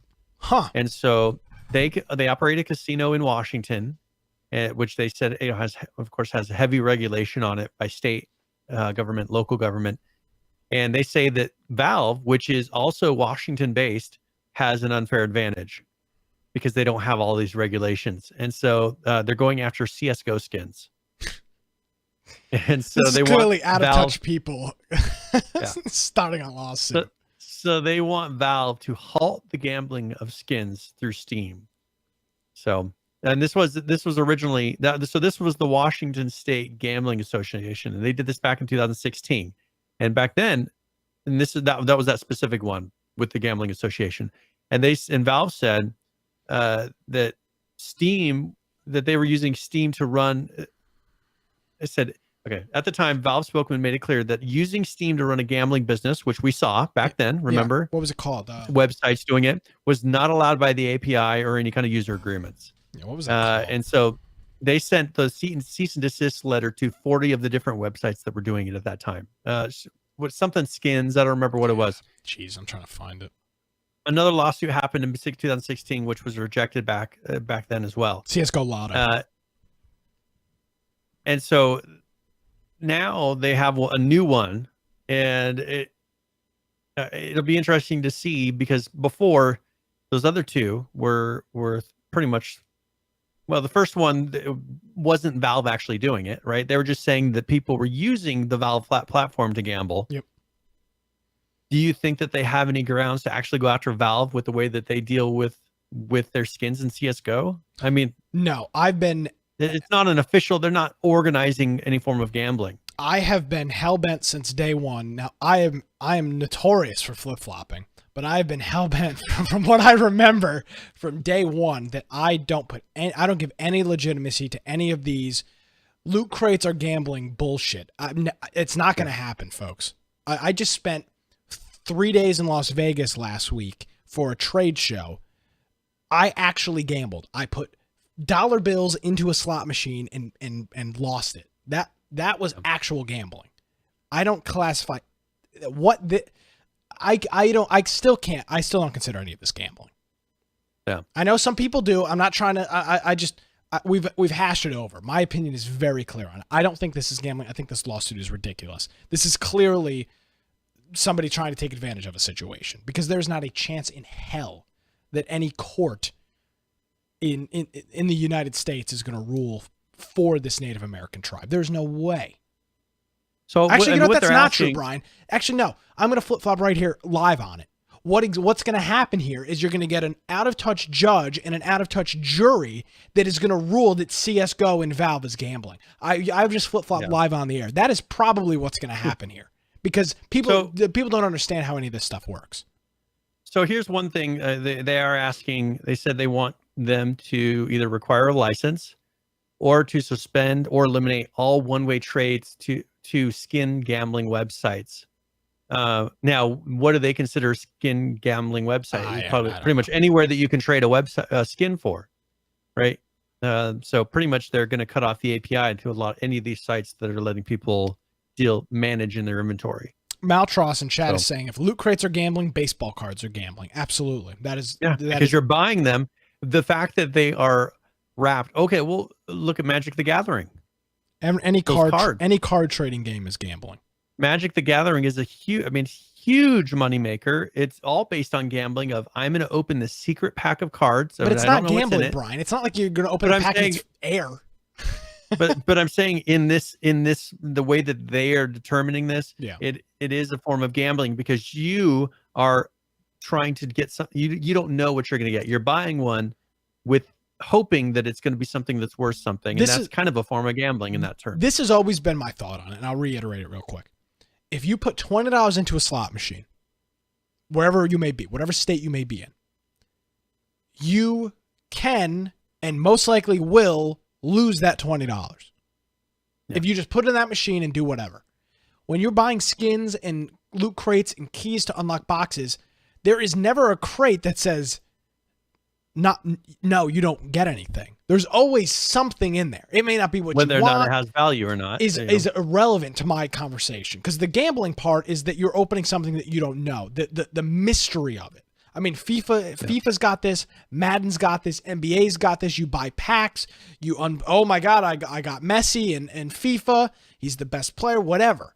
All those games have that, but you never are shelling out cash for a key and you open it up and it's just an empty box. No, that's not an option. So that's always been my conversation on is the loot box gambling. Now, if you're trying to turn it into a job and you're trying to win all the time, that's a little bit of a different story, but that's what you're trying to do. That's not them. Now, is there an opportunity that you could unlock some knife and sell it for $300 on some store? Absolutely. But you're not going to spend $25 on keys and get 0 items. But if you put $25 into a slot machine, you are most likely going to lose it. I experienced this last week. I lost a whole hell of a lot more than $25 too. That was actual gambling. I played a lot of blackjack too. That was gambling. They took my money. I lost. But the thing is, you're an adult, and as long as they make an understanding of going into it that there is a risk. So one thing that they do over in China, when we've seen this with PUBG, is to actually put the percentage chance that you're going to get a certain item. Yeah. H1Z1 did that too. I'd be fine if they did that on all slot machines. Say the average rate of return on a slot machine is that's never going to happen. But I'm saying that would be fine with me. Wouldn't be fine with me. You don't want to see those. Okay, odds. Why not? Because you're going to because you know that you're going to lose. Absolutely. Because you know that. Yeah, but you need to know going into it. I already know going into it. I know. I mean, what are these people That's stupid? What I'm saying. All they did. Yeah, you just don't want to hear it. Absolutely, I don't want to hear. I want to go there. I want to have a couple of drinks on the house, and I just want to do my own thing. I don't need to be told. Do you think there's anybody who's naive enough to not realize that they? Yes, there are. And those people are called gambling addicts. People that are naive enough to think they can beat the house. That's not how it works. All right, we got to move on. We can't. We're not. Right. I'm not going to have a whole gambling conversation. Talk about gambling all night. I love gambling. I gambled on sports when I was in Vegas. I played poker. I played blackjack. I played slot machines. I had a very good time. I drank heavily, but I'm an adult and I can do whatever the hell I want. And it was all legal. So that's the end of the conversation. But buying freaking Realm Royale skins is not gambling. God damn it! I refuse to believe any conversation that says otherwise. I'm not going to do it. I'm triggered. All right, so let's go on to one more form of censorship here. Okay, great. Let's do it. So Sony has now confirmed that they have a new content policy. Yes, they for do. Certain sexual content. And I had to do an image because the Wall Street Journal paywalls their articles here, but there is an image that pretty much has the text on it. On here, they're pretty much saying that a lot of these, and this is a company out of Japan, but they have come up with their own guidelines so that creators can offer a well-balanced content on their platform. And And so it's kind of like what we saw with YouTube, because they're saying here, and gaming does not inhibit the sound growth and development of, and for them, it was the advertising platform. For here, they're bringing in children again, just like this other article did. They don't want to inhibit the sound growth and development of young children. So they're going to be having it to where there's pretty much less sexualized content available on the Sony PlayStation platform. So this will be interesting to see. Personally, I don't go and buy those type of games. So Steam is kind of going in the opposite direction. Steam has been relaxing the rules, right? No Steam is on the show. Sorry, but they've been allowing more and more risque, and that's been pushed. Yeah. There was that rape game that got blocked. What about the school shooter game that got blocked? No, that's not sexual, but yeah, I mean they blocked the school shooter game. That was right after that Florida school shooting, probably 6 months ago or whatever it was. Yep. And then I saw another article that was talking about a game where like you beat a rabbit, like you hit a female rabbit. And they thought that having it be somewhat of an animal was going to make it to where it was okay. It wouldn't be the rape game, right? PETA. Yeah. And so this one, it was supposed to be released, I think today or yesterday, and it actually got blocked. It's not on the store now. So darn. I think that Steam was thinking, hey, we're just going to allow anything. We're going to be the open platform. And then they're realizing, oh, wait, people are really weird. Maybe we should start limiting some of this. I'm not a fan. I'm not a fan of blocking any content on the platform. I think that is a very slippery slope. We've seen it with social media. Okay, but the limit would be things that are illegal. Pornography with children. Yes, things that are illegal. Things that are federally illegal. So, yes, I mean we. So anything sexualized with a child, and now what about? But the thing is, okay, so that would be because even portraying that in a cartoon form would be illegal. Absolutely. What about? But where they're going is then even injuring an animal, which in real life is illegal, but in a video game it is not. Right? Torturing an animal would not be illegal done in a video game. Correct. But the thing is, they have a hard time drawing that line of, okay, doing it in a video game. They're worried that that's just someone in a video game acting out what they really want to do in real life. But I think they have a hard time linking those two together. Yeah, they absolutely have a very hard time. I mean, those are two totally different things. So I don't know. So this will be interesting to see. I haven't seen a huge amount of content like this, but what about some of the more mainstream games that maybe happen to have a slight bit of nudity, like there we go, there's us killing a rabbit. You know when this is from? This is March 11, 2015. This rabbit did not die in H1Z1. Actually it did die, I guess, at some point. But I mean, is this the kind of content we're talking about banning? Yeah, I mean, who's in the screenshot? No, I don't have any names, damn it. I want to see who the culprits are. So that would be a hard time trying to figure out, where is that line? They're going to really struggle to find that. That's why I'm not. That's why I'm not a fan of. Oh, this picture's sad. Look at this. This is actually what I used for the show note last week. If you look at the cover art of last week's episode, I believe on the website. So that's water. So if you wonder why the bottom of the rabbit's bluish, that's because it's underwater, and so that you can't see the water itself. All you see is a slight just shade difference. Yeah, let me see if I can pull it. We're totally off the rails. I slipped this into last week's cover art because this was H1 Rip 1, and the rabbit sitting in full display, taking like half a dozen arrows.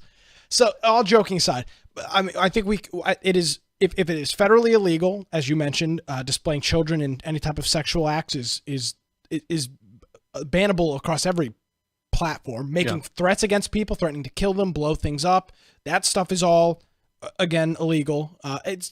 But when you start policing outside of that, I've got a problem. When you start becoming morality police, I mean, you can make the argument that a game like GTA. I mean, they want this. Sony talks about there's nudity in GTA. Yeah, but are Sony, they not going to allow that under Sony's thing? Sony says that the depiction of women, I mean, in GTA, women are nothing but whores and prostitutes. And sluts, whores, and prostitutes. That's women in Grand Theft Auto. Yes, and strippers. That's it. That's the whole depiction of women in Grand Theft Auto games. And Saints Row's not much better. It's the exact same thing. So, but you know damn well Rockstar's game isn't going to get banned by Sony. That's the problem. It's too much money. Oh, absolutely. I mean, look at Red Dead Redemption. You can make the same argument. What are women in Red Dead Redemption based on that historical time? Nothing. They cook and clean all day. That's what they do. Could you make that unless they're one of the main characters? Yes, but you can, that depiction of women would absolutely be offensive by today's standards. Yeah, that is the problem. That is the problem when you open the rabbit hole with censoring. It happens on social media, and it will happen in video games and on YouTube and everything else. When you open we see it on YouTube all the time, banning content that makes no sense to ban, and Sony is going down this slippery slope. Yeah, well, and that's the issue, is that I think they're going to pick and choose what they enforce. All it's going to take is one of them with enough money that's being banned to come and say, well, okay, here you're banning me, but you're not banning this other place that has the same type of content.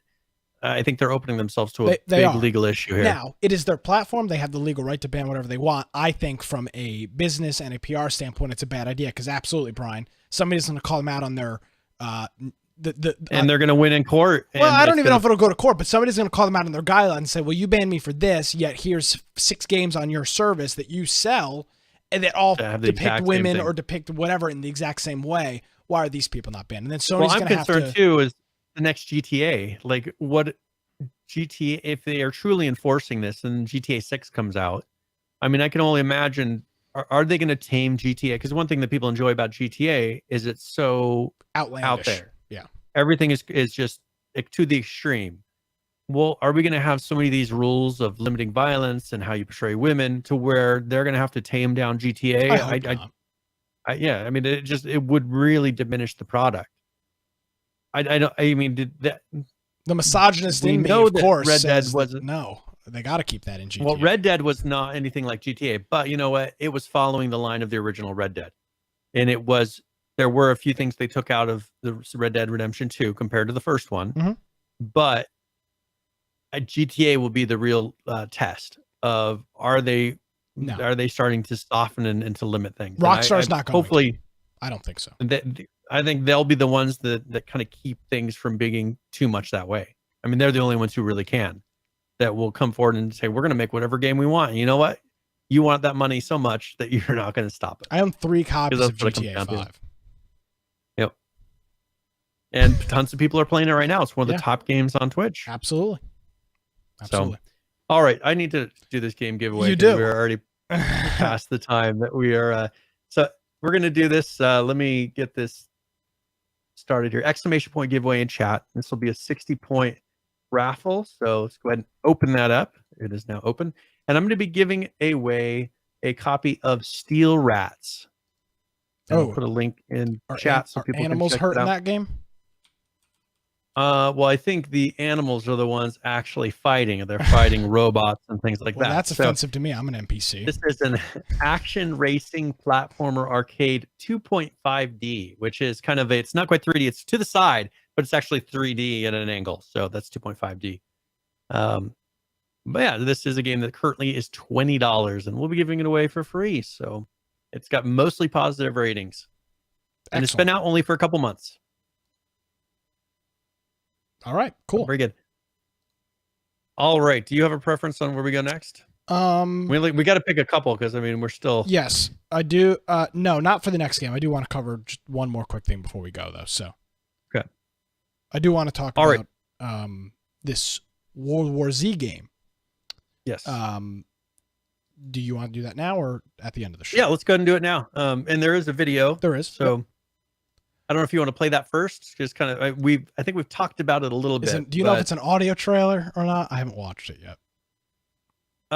So there is talking at the very end, I think. Start playing it and then I'll know right away because I've watched a number of them today. So. Okay, this is the Wolrd War Z launch trailer.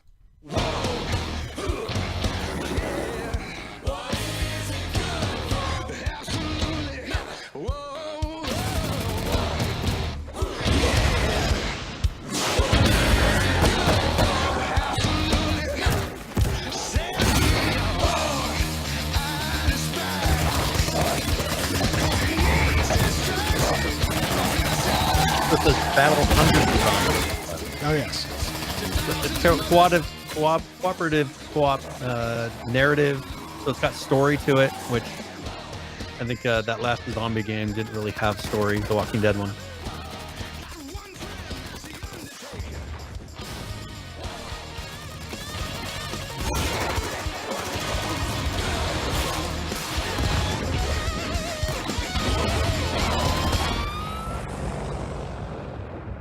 Hashtag outlive the dead. The one really unique thing about this game, and it's actually released today, is they did some things with the hoarding technology. And that was kind of their big sell on this, is the way, if you remember watching the movie, one thing that people really liked about the movie is the way that the zombies would pile on top of each other and hoard up and kind of get up a wall just because there's so many zombies going at the same point.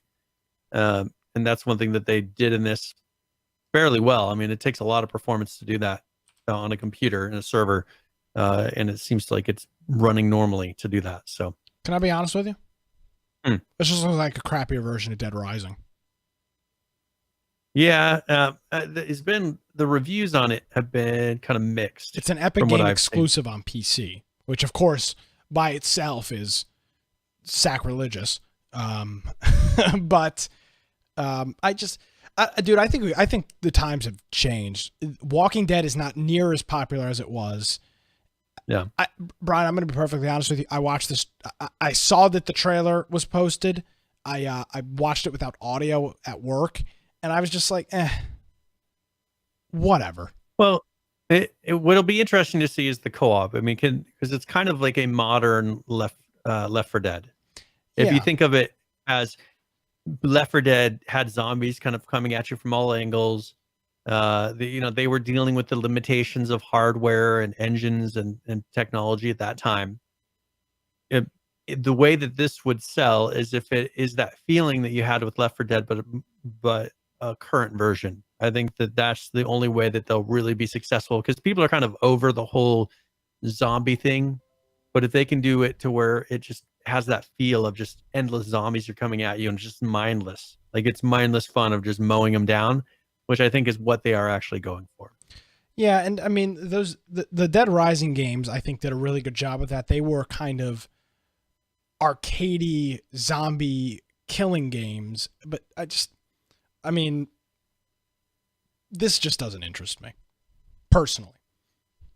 Yeah. Well, we'll see. It's not a survival game. It's just a shoot 'em up zombie game with co-op and I guess a little bit of a story. I mean, I can go play Dead Rising 4 or 5. I don't know which one I've got on the Xbox. Well, I feel like they're really doing. It's the 4-player co-op. It has a lot of vibes like Left 4 Dead. Like Left 4 Dead did, and so that's where I think if they can kind of revive that feeling, if people go in and play it and say, "Hey, I'm having as much fun as I had in Left 4 Dead," then maybe it will take off. But if they can't capture that, if it just doesn't have that feel, I don't think people will move on to the next thing like a lot of the games are now. Yeah, so you can, if you want more information, you can go to their website. It is wwzgame.com. It is available today on Xbox, PlayStation, and PC. Note, on the PC, it is an Epic Game Store exclusive. So you will have to install the evil Epic Games launcher. To go ahead and do that. Very good. And if you do want to buy it, let us know and we'll send you a link. Yes, it is. It's $35 too. So not a $60 title. It's not crazy though. It depends on how much content there is. But see, that's the problem. Is it's not a $60 title, but it's not also a $20 title. This $35 to $40 price range is odd. It's for a lot of people. It's just over what they're willing to throw away on a game. But they're not demanding $60. So I feel and at this price range, this is that range where people will say, "I'll just wait." That's exactly what they'll wait. Yeah. And because they just have a feeling that, you know what, there's going to be barely enough people to fill even the 4-man lobbies. They're going to start dumping this at half price. and I'll just buy it when it drops to half the price it is. Please go to the Epic Game Store and buy this game. Epic Game Store is great. They've never done anything. They definitely don't financially Type Infection Dash podcast in the affiliate box. Yes, we are the affiliates. They are not paying me to say that. I just love the Epic Game Store. Epic Game Store is great. I love Epic. I love the Game Store. I love Fortnite. They've never done anything wrong. It's great. Exclusives are fantastic. Hashtag Epic #1. Yes. Yeah, this just doesn't appeal to me. This is not the kind of game that I think Epic needs to be touting as an exclusive. This game looks like it sucks, and I haven't played it, but this is not going to win people over to your platform. You need I don't know. You need something else that isn't some concept from 2012 that's $40. I mean, this is not the exclusives that Epic needs to be wasting their time on.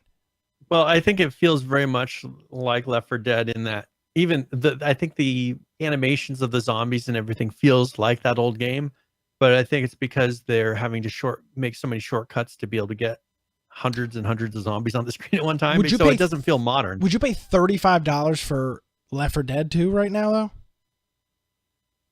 No, I mean, I would pay $20 max, like maybe $20. Yes, I get it, and I get it. You can't sell a game for $20 and make money. You can't make it. If you're a big studio behind a game or you've put a lot of development in, I get it. $20 is not realistic. Epic or Steam is going to take something right off the top.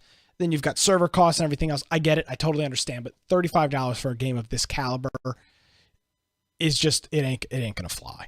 In my humble opinion. I mean, let's see though. I mean, it's hard to say how much content is really in there because they said that there's content, but that'll be the question. Is there a lot of content to where people, when they're done playing it, say, you know what, I felt like I got my money out of it, and then they recommend it to somebody else?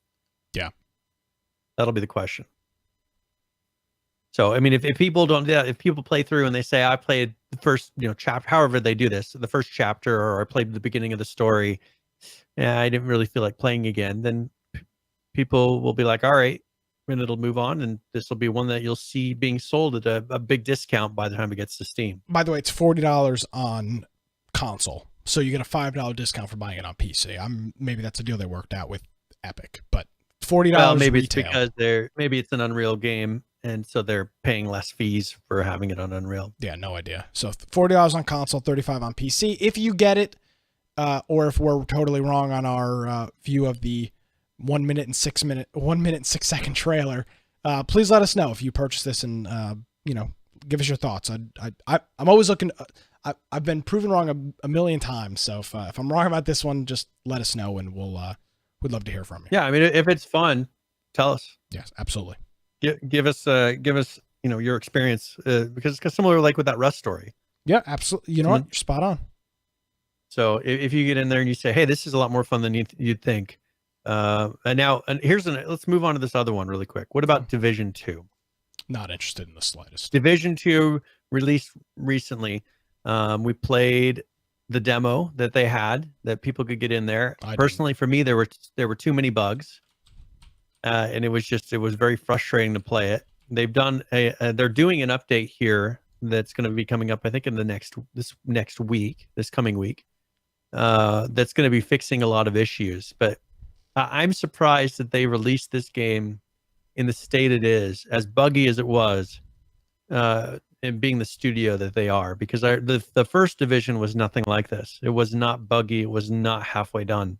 And I feel like they're rushing this because the level it was at when they did their open beta, and it was only a couple weeks out, that was pretty bad. I mean, as far as they had so much work to do to have it polished, and I feel like they're just kind of patching it here and there and just trying to make it so that people don't notice as much. But why would they not? People are getting in there and they're like, it's not polished. Yeah, but it doesn't matter. It doesn't matter. Today, it's irrelevant. People are still buying the games. It doesn't matter. People are still buying garbage because it's got Tom Clancy and it's got the Division on it. They're going to buy it. I mean, the first one, I felt so immersive, like going into that city and like you were surrounded by an environment. I played this one and they seem to have softened kind of in a cartoonish way, changed the feel and the look of the world. Probably because I think they were taking some shortcuts and they didn't want to put as much time and detail into it. And I just did not get the same feeling playing this one. So I don't know. I mean, it'll be interesting to see if it does go anywhere. But I don't think they learned anything from the last one. Because remember, people got frustrated about the content in the last one. Yeah, there was nothing to do. That's why I didn't buy it. I played enough of that little beta thing. Or maybe I did buy it. I don't remember. And it was just like, oh, run through the city, shoot at people, run back into the safe zone. They didn't do a great story. They did kind of slowly tell you a story. But in this one, maybe it was the demo that I played, but it was very difficult to kind of get the story out of the game. So I don't know. We'll see. This is another one. I was kind of excited about the huge open world, of course, but it just, after playing that demo and then kind of seeing the reception it's been getting, it's just, I don't feel like exploring it. It's not that good to where it's like I want to go and see, because it says it's supposedly a representation of actual Washington, D.C. It's like a huge world. But what I played, it didn't feel like that. It just felt like, it didn't feel like Washington, D.C. at all. So we'll see. Yeah, it's kind of a shame. I do want to mention something new that's out here, Brian. Conan has got their, what is this, their 5th DLC pack for Conan Exiles. I think they're going to be doing a couple more as well. Yeah. I think they just released the season pass. I think so. There's this one and then like 2 other ones. This is great. They've got a new set out here. It's called Treasures of Tehran, and it is it's got an what they're calling an Eastern Kingdom feel to it, and you can see by some of the pictures that I'm gonna pull up here. Well, and they have a video as well. I don't know if you want to play that. I do have a video. I didn't see that. Let's see if I can't. Maybe we can talk over this. It's mostly music, so it's music and text is how they do it. So, okay, then maybe we'll just hold off on that then. So, it's got an Eastern feel to it. There are, you can see based on this here, there's 39 building pieces, 15 new armor pieces that are in here, 9 new weapons, these are skins. 5 new war paints, 9 new placeable items, such as a standing lamp, and then 2 new exclusive animal pack pet skins that are on here. So you can see the one here on the rhino. It's got some storage things, and then there's one for the elephant. And then you can see some of the other various skins and styles that they've added to this game. And Brian, this fits right into your comment that you made an hour and a half ago, that they're really embracing the RP community with this game, and not like Harry Potter, not crazy RP, not Harry Potter RP, but like just people that want to create. They want to create their world. They want to create where they live and do it in a certain theme, and they'll dress up their characters like they're in that world, and they'll be like, "Hey, you can come check out my place." And in a way that is kind of RP, because you're creating a certain environment and you're acting like you're in that environment.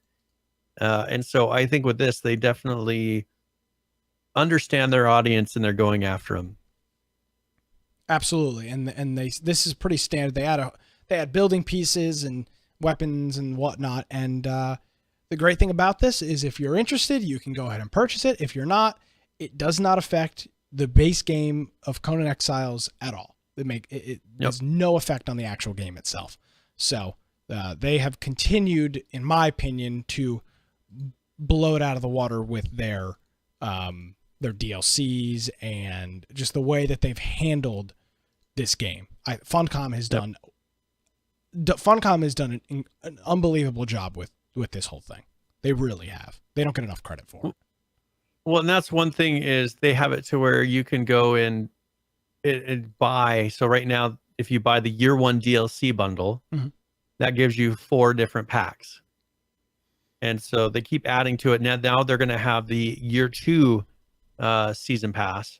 And so that will give you 3 other ones. I think 3 total packs for that one. So they're going to keep, this makes sense. They just keep selling the season pass for what, $30. People pay $10 each. If they want to buy just one of them, if they like the look of one of them, they pay $10, and then they have that. if they really want to support the game, they can pay $30 a year, and they'll have every skin that's available. So, but they're, as you said, they're not losing out from anything other than they just don't have those building pieces. They can make other variations of that building piece, but they can't make that specific one. Yes. So no real effect on the actual game. Yep. All right. So let's talk about Fortnite really quick. Oh yes, of course. So there's actually a clip here made I'd by like you to play Epic first. Games, by the way. Yes, Epic Games. And this is something that Ninja had said. It's not very long. Okay, hold on, let me get this queued up here. But it is a Twitch clip, so it'll just start playing and then repeat. Some other audio's. Oh, it's playing in the embed here. Oh, Jesus Christ. Yeah, you gotta love that. That's sorry. It's a Twitch clip. This is just autoplay videos. Never Gotta love them. All right, so this is Ninja. I'm telling you, man, they got to be careful. They're taking on too much. Talking about at this Fortnite. point, and there's still so many glitches in the game that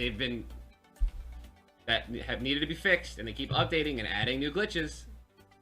You got to be careful, dude. They're going down the path of the H1Z1. Every patch. All right, there you go.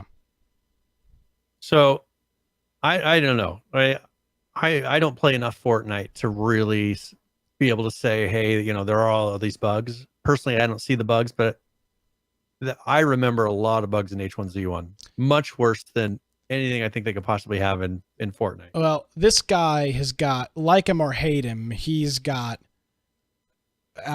probably the most. I mean, he's got some of the most experience. He plays this game for like 8 to 12 hours a day. So if he feels that the game has got bugs, I'm going to take his word on it and say that there are. And it is. I did see this. This popped up on the H1Z1 subreddit, and because that was H1's problem, is because they couldn't fix the bugs, because I don't think they knew what was causing the bugs. They bandaged it with new features. The problem is those new features also had bugs. So You've got the old bugs that were never fixed, and then you've got new features with new bugs that aren't going to be fixed either. So then you just literally end up with a buggy mess with no solution. So personally, I think that initially they were responding to Apex. I think that they overreacted to Apex, started throwing in some features because they saw some other title came in and was challenging them with numbers when other games hadn't been able to do that. The numbers on Apex have dropped off dramatically. I think they're down 90% from original release. Uh-huh. And so I personally think that now Fortnite's feeling in a much more comfortable position. People have left that game and they're starting to come back to Fortnite, and I think it's getting its player base back to where I think they're going to kind of go back to the steady as she goes type of development that they were doing before. Mm-hmm. Because I think that they introduced all those bugs because they put in a ping system. Now they put in a recover system. They're doing all this stuff out of reaction because this other game did it, and they were like, please don't leave us. Please don't leave us. But I think that put him at more risk than the other game did in the first place. So I think that's what he's saying is, rather than saying, okay, for the next 3 weeks, we're going to be patching these bugs that, have been in the client. They then introduced all this new content and, as you said, created the new bugs. So I would be very surprised if they don't sit back and now, especially when one of their biggest players, in the genre is saying something like this. I bet you that they're going to take some time and actually focus on bugs for a little bit. Well, fortunately, the developers over at Epic that make the Unreal Engine can and are capable of fixing the bugs. It's only a matter of them doing it. So, and they've got enough money that they can afford to do it. So it comes down to priority. They just need to make it the priority. Yeah. And that knowing them, they've done it every time. For how much they changed that game and how many features they've added to it, the fact that it's not just a big pile of bugs is amazing. I think they just got their priorities a little bit wrong in reaction to something. That is probably the case. So anyway, so that is some Fortnite-ish news. And I definitely don't think they're at the level of H1Z1 at this point. One thing that we didn't talk about was PUBG actually changed. They added weapon mastery And this is something where they're really trying to give people a reason to continue playing and to feel like there's some sort of progression as you play. And so they're doing their first class of progression called Weapon Mastery. And this, you can earn rewards and things through the game by leveling up individual weapons that you have. And so you can improve the weapon skill and through the process just get stuff. I mean, I don't think that it's actually making it more accurate or doing different things. I think you just get rewards. So if you play with a specific weapon a lot, you can level it up really high, like 100 levels, and you'll just get, it's kind of like a mini season pass. You're just getting things for having played with that weapon a lot. Mm-hmm.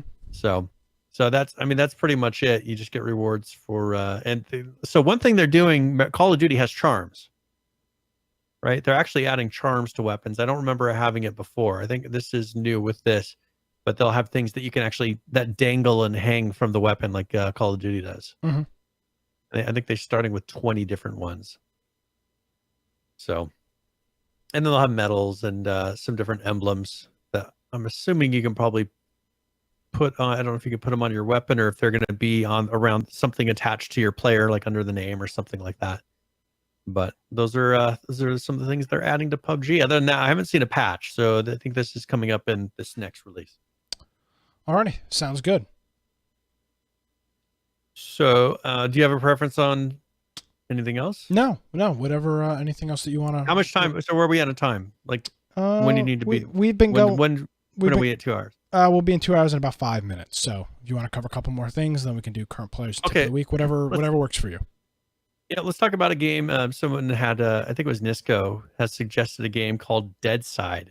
Okay. And there's a Steam page and then a video. The video, I think, is mostly music. So I don't know if you want to just play it. And then I think there's like a few words at the very end of the video. Okay. But I think it's mostly music.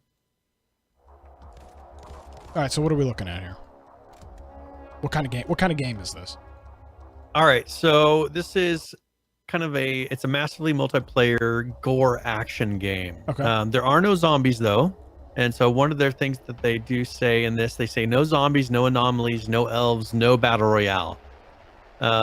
It's very much you just kind of run around and do PvP. It's not a AAA studio. So, don't go into it expecting it to be a AAA studio. But it is kind of going after that kind of open world PvP style of game. So, it'll be interesting to see. It's just being released, so it's available this year. It's not quite released yet, so I think we'll see it in the next couple of weeks. But fairly realistic world. I think it's made in Unreal, if I remember correctly, and might be an interesting one that feels like, what's that game? The Tarkov? Escape from Tarkov. Yeah.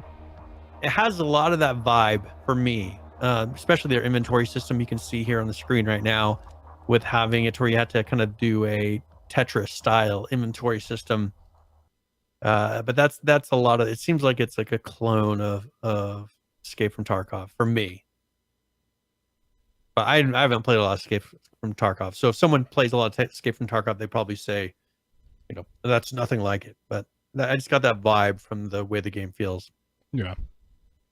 So we'll see. It may not take off. It's a multiplayer. It says online co-op, but I just don't think they label it correctly. I think it's just a open world game, probably about 100 players. I haven't seen the specific numbers, but it's going to be that style of Daisy-ish game. So yeah, I think there's definitely still a market for games like that, for sure. One that does it well. I mean, if they can get PvP down, if they can control the flow of players across the map, I mean, that's a huge part of it that a lot of games fail at, is they don't control the flow of people across the map to where they encounter each other. And I think that Scum, that's one thing they didn't do well, is players, it's really tough to find another player. Yeah. You don't feel like you're naturally coming across people. You're going to a specific place looking for people, like the airfield or, the army base, but you don't just kind of throughout your running through the world run into people very often, which H1Z1 was very good at. I mean, that's one thing that I think we really liked about it, is you'd be wandering around, you come across people randomly, and a lot of games don't do that.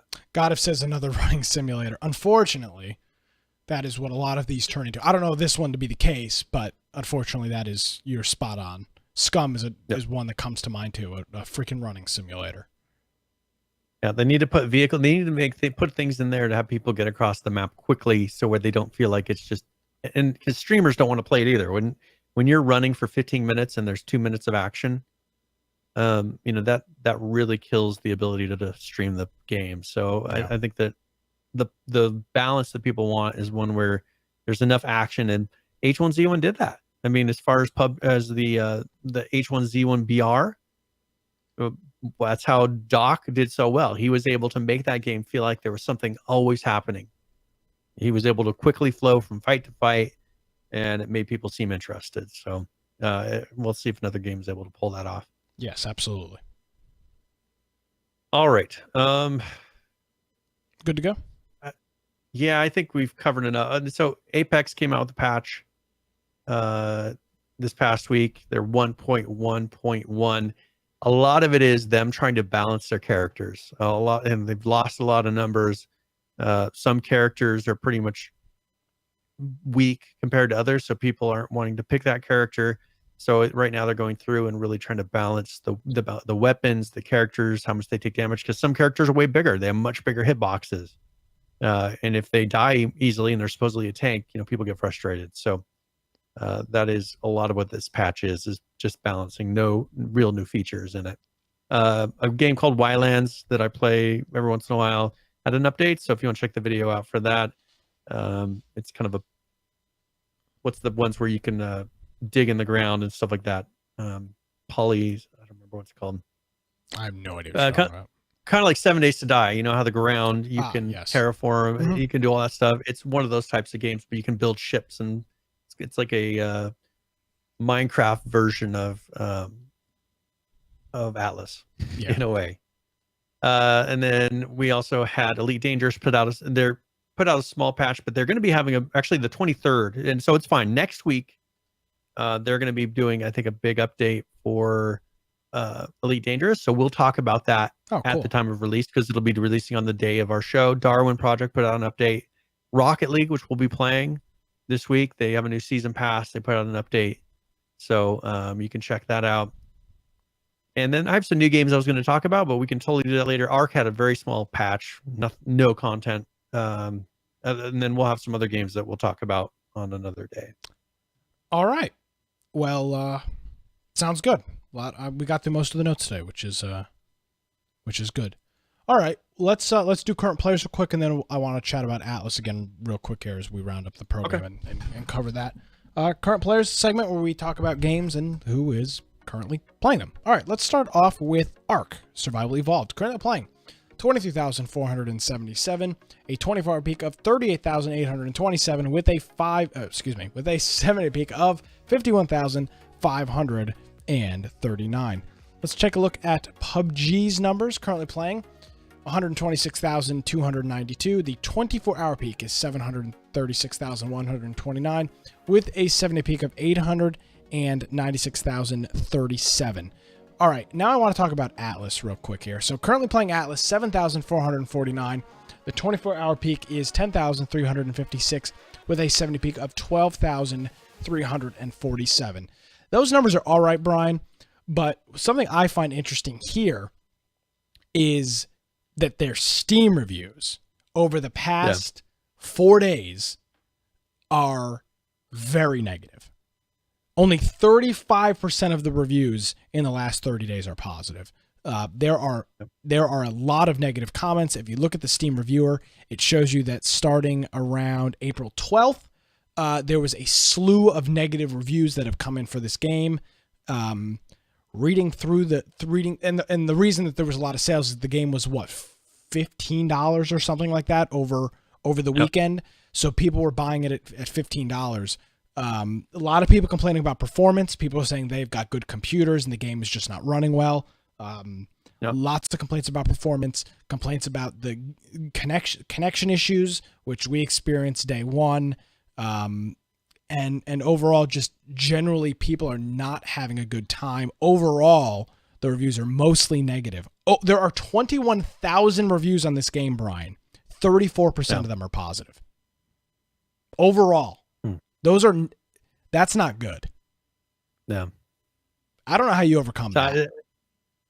They've got to cater to a different audience. I mean, that's going to be the thing. As you said earlier, no pun intended, the ship may have already sailed. I mean, how do you get, you've got so many people that own this game. I mean, do we have the greatest experience? No, but I don't think I'd leave it a scathing negative review on Steam. Did they have some things I could work on? Yes, but in my opinion, just me, it wasn't to the point. I've played much worse games.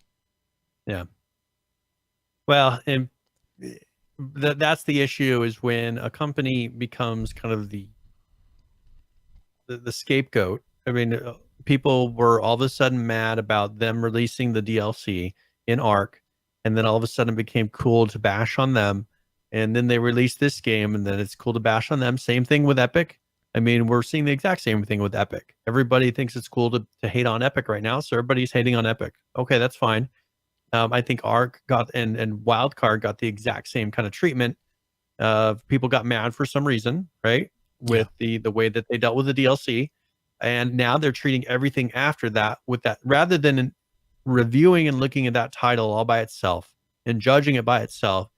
They're looking at what they did previously of, oh yeah, we're supposed to hate Wildcard, or we're supposed to be, troll Wildcard.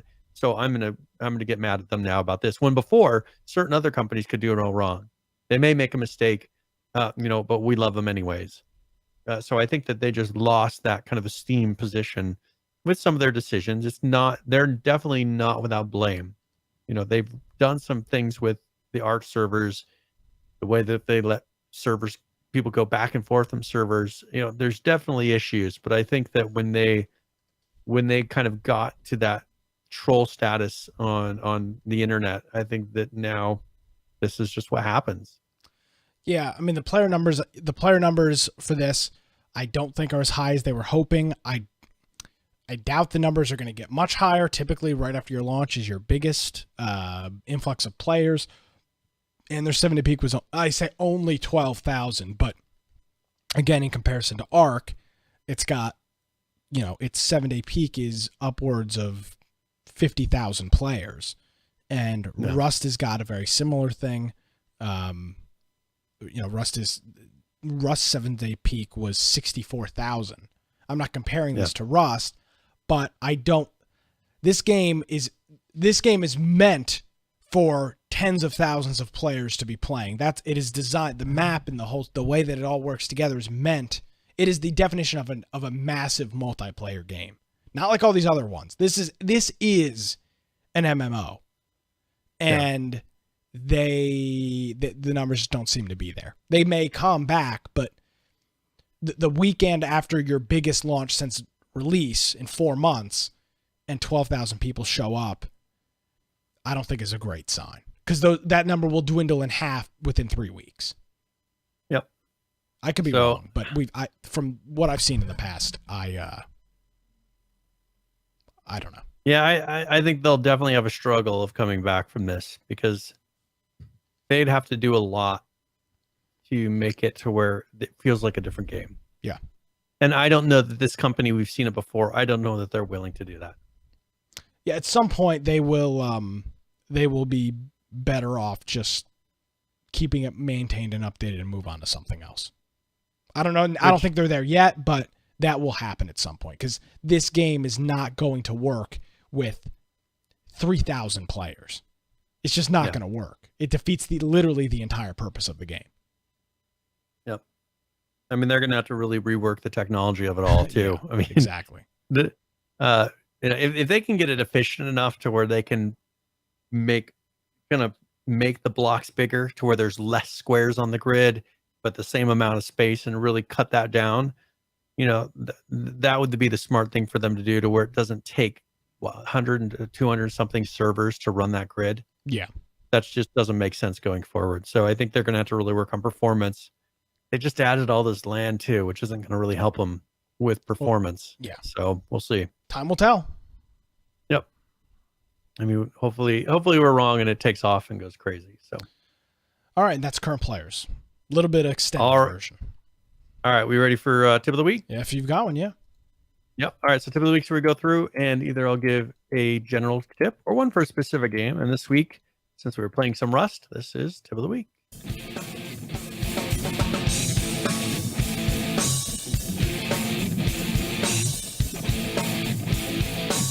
jeez, Brian.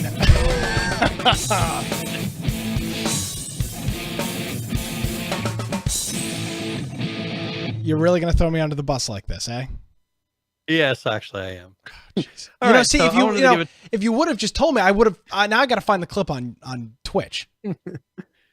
Hey, I thought I would surprise you.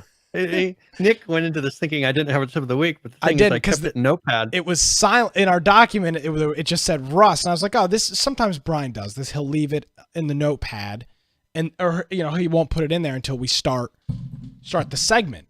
And then as I'm rolling the intro, I see a big copy pasta come in, and of course it talks about helicopters. You're a scumbag. So, some people have been struggling with the concept of flying a helicopter in Rust. I never struggled, and for the record. And so I figured I would kind of go through the steps of successfully flying a helicopter in Rust. So first, of course, you had to add fuel because the helicopter does require fuel, and you might want to keep in mind it requires a lot of fuel. It actually burns fuel very quickly. So if you're flying around the map, it will eat up quite a bit of fuel. But to start the engine, first you have to hit W. Nick did successfully do this. You hit W, it will start the engine. But a trick you can do is actually hold down Control, and it will kind of drive it. So maybe if you want to get out from under a tree or move around a little bit, you can hold down Control, and it'll let you maneuver the helicopter to a different spot. Then you'd want to continue holding down W. It should raise the helicopter straight up. Yeah, mine. You want to get that. You want to get to a decent height on it, and then keep in mind the mouse actually will turn the helicopter. That was my problem. I kept moving the mouse, as you will see in this clip. So you can use A, and you can use D to turn. Oh, there was one helicopter trip. And so you can use those to kind of turn, and it will rotate the helicopter left or right in a circle. But it will adjust your pitch. So if you hold A, it will actually kind of tip the helicopter at the same time. So you need to be careful. You need to be ready to compensate slightly with your mouse. I'm always overcompensating. It's a real problem. And so, that's exactly what happens. If you compensate too much with the mouse, it actually flips the helicopter over. That's what was happening. And then you plummet to the ground. So, and then to move forward, once you get to the right height, you can slightly move your mouse forward, and it will tip the helicopter forward, and you will start to fly forward. Also, you can continue holding W. You have to hold W the whole time, because that's pretty much telling it that the rotors will continue turning. And then once you're ready to land, let off a W. It will slowly start to glide to the ground. If you need to go more quickly, maybe something's happening, you need to get down more quickly, you can hold S. It'll more rapidly go to the ground. And then once you land on the ground, you need to hold down S to keep it there until you either get out or turn it off or whatever. So that is how you successfully fly a helicopter, and that is tip of the week. You're a real jerk. Hey, I was just trying to be helpful. No, you weren't. So for the next time we play. You're trying to be a jerk, and I don't appreciate it. You're having laughs at my expense. Oh, hey, I could have been the only one laughing. I'm just saying. I didn't say anything about you. I wish you would. I was trying to find the first time it was an abysmal failure. I killed like 3 people in our group the first time. The second time, now for the record, I will say the second time the goal was to do nothing but destroy their helicopter, and I did a stunningly well job. I don't think you were trying to destroy yourself too. Well, I didn't have anything in my inventory. If you would have watched the video, Brian, I had nothing but fuel, and then I threw some stuff in there, and then threw it back. And Jada Lloyd, it is all about me, damn it. It's my show. It is absolutely about me. Nope. I don't like you. All right. Hey, I was just trying to be helpful. Well, all right, we ready for this game giveaway? Yeah, whatever. Who cares? All right, so we'll go ahead and close this. All right. And draw. Congratulations, Power DL. You have won a game, and so I will send you a link. I'll actually send you a message here in Twitch. And then it'll be a link that you can redeem a game on Steam for. Congratulations. Thanks for joining us on a little bit late on a Tuesday evening as we wrap up our show here this evening. Yep, very good. All right, Brian. Is there anything else we need to cover before we roll it out? No, sir. Friday night is going to be Rocket League. Hopefully you'll join us for that. And then hopefully everybody will have a good and safe Easter if you're traveling. And yes, have a good time. Very good. Well, if you want to find me, I am at Boise Computer on Twitter. Of course, my blog, biteoftech.com. And I've got my YouTube. If you notice, there's a YouTube on there now. This is great. So you can go check out my YouTube channel if you're interested in game development. But yeah, I'm on the internet. Make sure you go to our website, or infectionpodcast.com. On the right-hand side, we have a link to our Discord, which you can hang out, suggest news topics. And also thank you, Nick is circling in and highlighting the YouTube link there. Thank you very much. We also have on there links to the Steam group. So if you want to get notifications before the live show starts, we have that. And then we have all of our audio forms and notes for every single episode previous to this one. So thank you for being a part of the show. Yes, absolutely. Absolutely. Thank you for being part of the program. We greatly appreciate it. Brian, thank you very much. Thank you for dealing with my technical inabilities before the program here. I was very flustered, but I'm glad we made it work. So we made it through. It's very crazy how this whole video setup is working here. We've got video and audio being sent to another computer, streaming to Twitch. It's a mess, but we're on the air, and that is all that matters. Okay, thank you, Brian. Have a nice Easter, and we will chat with you. We'll chat with you next week. Yes, sir. Have a good week. Thank you, ladies and gentlemen, for joining us here. One more time, our feedback form. It's on our website. It's infectionpodcast.com/feedback. Fill it out.